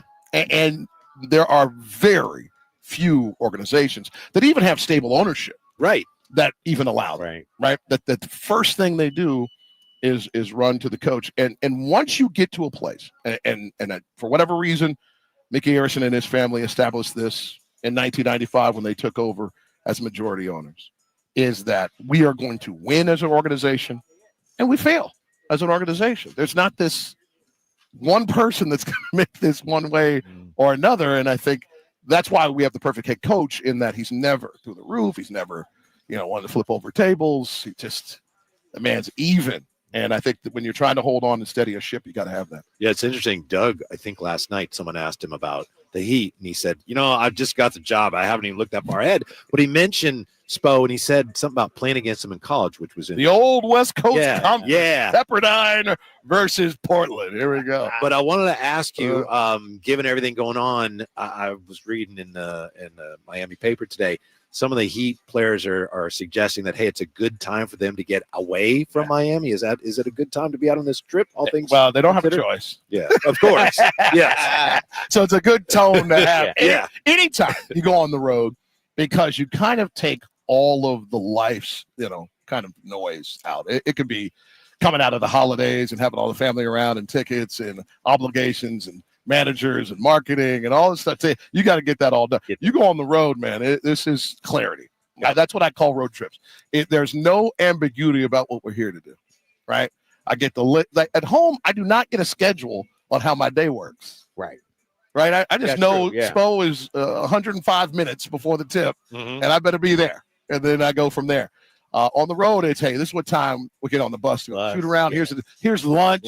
Here's bus one. Here's bus two. Yeah. Hey, we're riding on a bus to San Francisco tonight. So I stopped by the candy store. I knew what to do. Oh, you already hit the candy store? I knew what to do, baby. Perfect location right there. How about I walk past that joint? I'm sure your listeners do this all the time. Because that whole area is just fantastic. Yeah. You got everything that's kind of a brand, and and then you got everything else that maybe mom and pop. I don't know if that's a chain or not. The candy store. It's Sugar. Is that what it's called? That's a chain. So I walk by it and I go, well, that's stupid. My dentist would smack the, I don't know if I go in there. 4 minutes later, I walk back by. I'm like, let me see. Let me see what this is about. Right? They got 11 heads. Alexander the Great, Terry Towns, come on, Holston Baked Beans, wide selection. Did they have any of that? That's old school. They had lemon heads right there, big ones too. Really? Oh my God, I can still taste them. Right? It's ridiculous, man. Somebody's on the chat asking Draper. Ask him the question you asked Bibby last night about Heat culture. I asked Mike Bibby, is Heat culture starting to develop some cracks?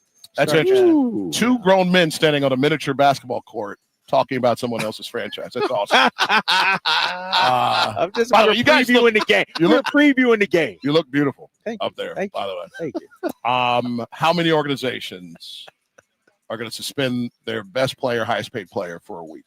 So this is part of Heat. How culture. many? How many? When's the last time? Dang. Here's what I'll explain to you about Heat culture. It's very simple. It's not a logo on the floor.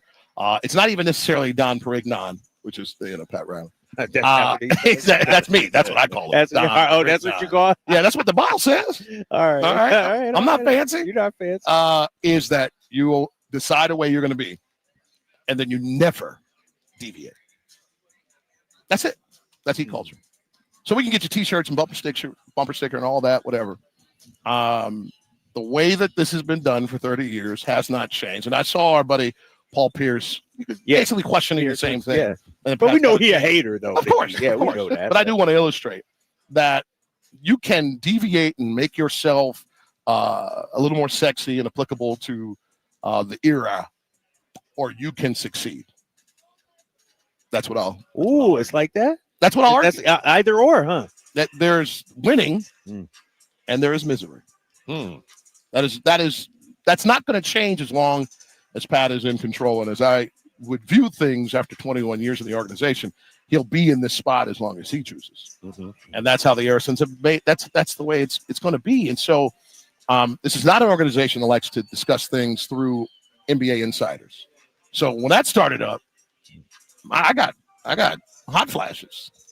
And I've aged out of that. Yeah. So right. that came back to me. Yep. And so I was like, oh no, this is not how we do business. In your opinion, and we're talking with Jason Jackson, I know that the Heat now have let it be known that, all right, if we don't trade Jimmy Butler, we're going to expect him to come back. Now, I know that's, we're talking way down the road here. Right. Suspension ends. They don't make a trade. Do you think there's any way that, in your opinion, could work where he comes back and, all right, here we go. Let's go get him. It'll be required. Yeah. That'll be like anything can happen. And that's the thing I've kind of allowed. And so in the meantime, it's just Kings tonight. Sure. Warriors tomorrow. I understand. Yeah. Salt Lake City, get me in, get me out. Salt Lake got a couple of spots. See Spurs in there. They got a couple of spots. I'm sure they do. They can have them. Right. You ain't checking them out. Is that what you tell me? I read history, and I know the history of the pervasive organization in town. Let's just leave it at that. Yes. Let's leave it at that. They don't have a lot of lemon heads there. They may. Yeah. Hey, standing by for Coach. They got a lot of divorce court. Oh yeah. Doug Christie's press conference coming up. What about the state of your team right now? Dude, y'all lost to you. Y'all got whooped by Utah. Yeah, so did Orlando, by the way. I'm talking about Miami right now. I'm saying they were running through Florida feeling good.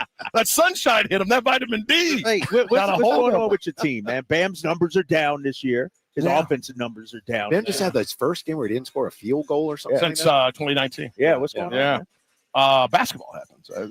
There are nights. I think even when you're a good team, let's say you're a 55 win team. Hubie Brown said this a long time ago. Even when you are a 50-win team, I want to do the Hubie voice, by the way. I can feel it start. I don't want to, because I'll start messing it up.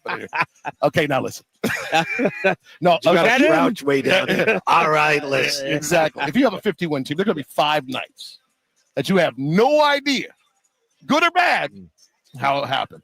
And that was number 2 for us. I will say that on the air. So I hope it stays. If you get outside that handful, then you're in trouble. Then you have one of those years. But we'll see them.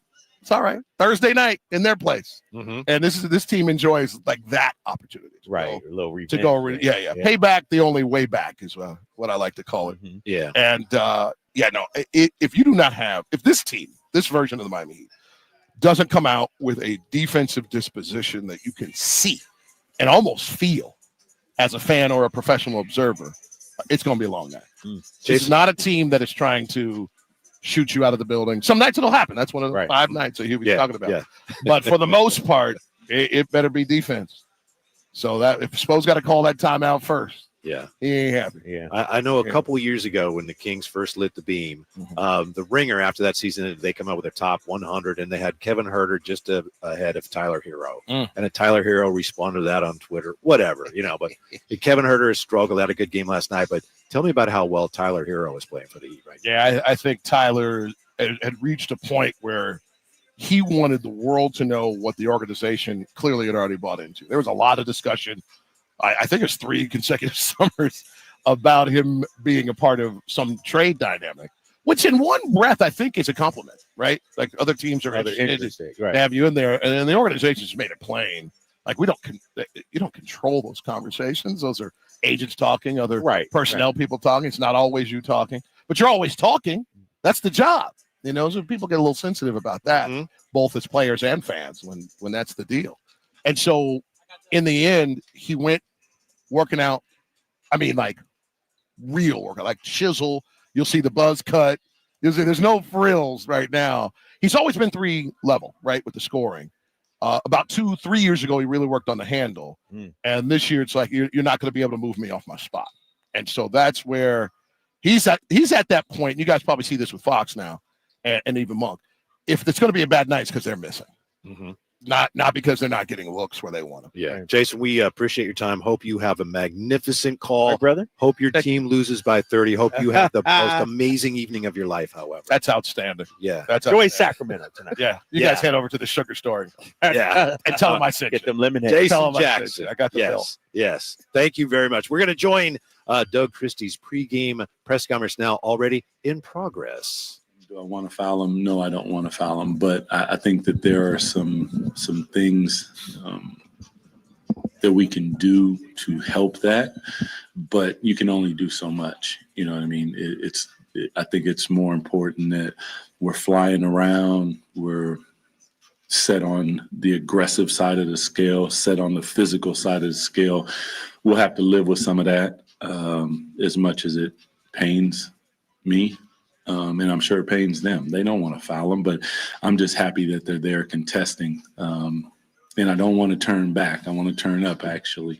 But there's, I think, a way to do that. So we'll address it at some point. Hey, Doug.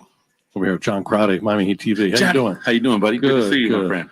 What have you been able to instill in the 5 games to go 4-1 from my quick review? It looks like you're trying to play at a faster pace. Is there anything else that you're trying to emphasize that has gone well so far that you're noticing? More than anything is just simplification.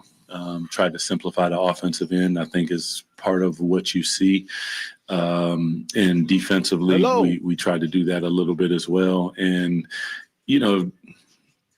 one thing I used to say, and I've said this to the players, is I would rather teach you how to play than run a play. And that's ultimately what I want to do. I don't really want to run plays. I want to teach them how to play and let them go out there, and they're the most magnificent athletes in the world. Be everything that you think that you can be and everything that you can represent for our city, and do that. And that's really what I want to do. And slowly it's happening. I think we see it, but it's there's a trust in it, and there's a responsibility that goes with that as well. When you start taking rules and different things off and you figure it out, I give you some structure, and inside of that structure, you do everything that you can do. Quick follow-up. Do you remember crossing paths, and do you have any stories about Coach Spoelstra playing back in college in the Western Conference days? Yeah, he was a Portland guy. Spo, good point guard. Played like he coaches. Played hard.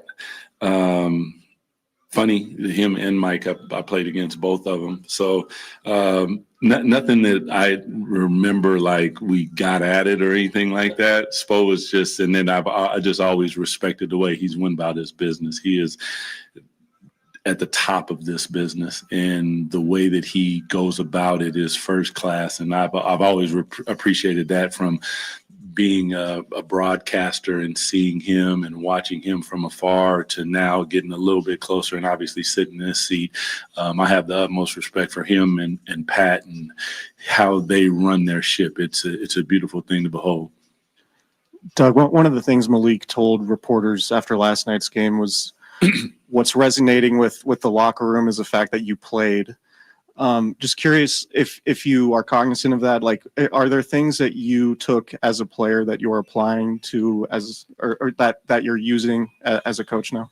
Yeah, a lot of is what not to do. There are certain things that I wish a coach would have done for me, and most of those things happened when I got here to Sacramento, dealing with Coach Adelman, dealing with Coachy, Pete Carrill, Elston Turner. Like, a lot of the communication and the openness and the freedom and the style of play of sharing and caring for each other, and although this is what I want to instill in them, that understand, like, the style that you play is an irritant a little bit if you get after people like that. So we were probably going to have to lock arms because there might be a little dust up, and that's okay. But one thing, when the people leave here, they need to leave here understanding that you poured everything that you had on the floor. And if you do and we lose, shake their hand and keep it moving. And if we don't shake hands, that's okay too. Doug, 2 quick ones for you. Smelly salt guy. What's that do for you? Just trying to wake it up, man. I ain't had any sleep, bro. I did it as an assistant coach. You just didn't pay attention to me. That's all. They throw me to smelling salt. Sometimes it's too much and the eyes water. It's just, trying to wake the brain up and be ready to go. So, yeah, I've always done it. Gotcha. Yeah. And then the other part of that is, last night, Domas holding you back. I'm just how much you appreciate of him kind of restraining you in that moment, and just if he hadn't, what might happen? For him, because obviously part of, since I've taken over, is I want less communication with the referees. They're out there to do a job. Let them do the job. Let me deal with them. You guys handle your business. If the whistle isn't going our way, you overcome that. That's what you're supposed to do. And I just told them I thought they were doing a heck of a job, and I apologize because I kind of lost mine. But thank you for restraining me. And that's what the brotherhood is. It's like we lock arms and we take care of each other. So I appreciate that from him because I can't afford that fine, bro. That's a Doug Christie pregame. Drapes, I know sometimes you're working late. Sometimes you're in the city driving back. Smelling salt. Maybe you got to try that before. I may have to try that. Yeah. I've never tried that before. I haven't either. Yeah. I may have to try that. Yeah. We just got about a minute and a half to go. We do have the high flyer here. Man, what'd you think, High Flyer? What you thinking, baby? How you feeling? You know what? I love the way Doug gave Coach Spo, Pat, the Miami Heat organization their flowers, man, because you know what? That's a well-run organization. I was down there talking to Rob. Rob has been the equipment manager for years. He said, you know what? He said, we got so much stability here. He said, the coaching staff ain't changed in 14 years. And that just goes to show that they run it the right way and they win it. They win it with it. Yeah, I appreciate it, Doug, with the shout out to the old days of Coachy and Elston Turner. In addition, of course, to the great Rick Adelman. You know what? It's a different day. You deal with players differently, but I honestly think that Doug Christie got these guys here because he understands, because he has to deal with a teenage son. All right. and believe me, you won't understand until you have to deal with the teenage youth. And you got to understand, they not like us. Is that true, Drapes? Oh, yeah. They're a little different, right? They're a little different. They're a little different. Yeah. All right, High Flyer. We'll be listening. Drapes will be watching you. Yes. Pre and post tonight, baby. And we got Rooker and Butler both on. Both on the air. Yes. And we're back with you tomorrow. Thanks for being with us. Stick around for game night with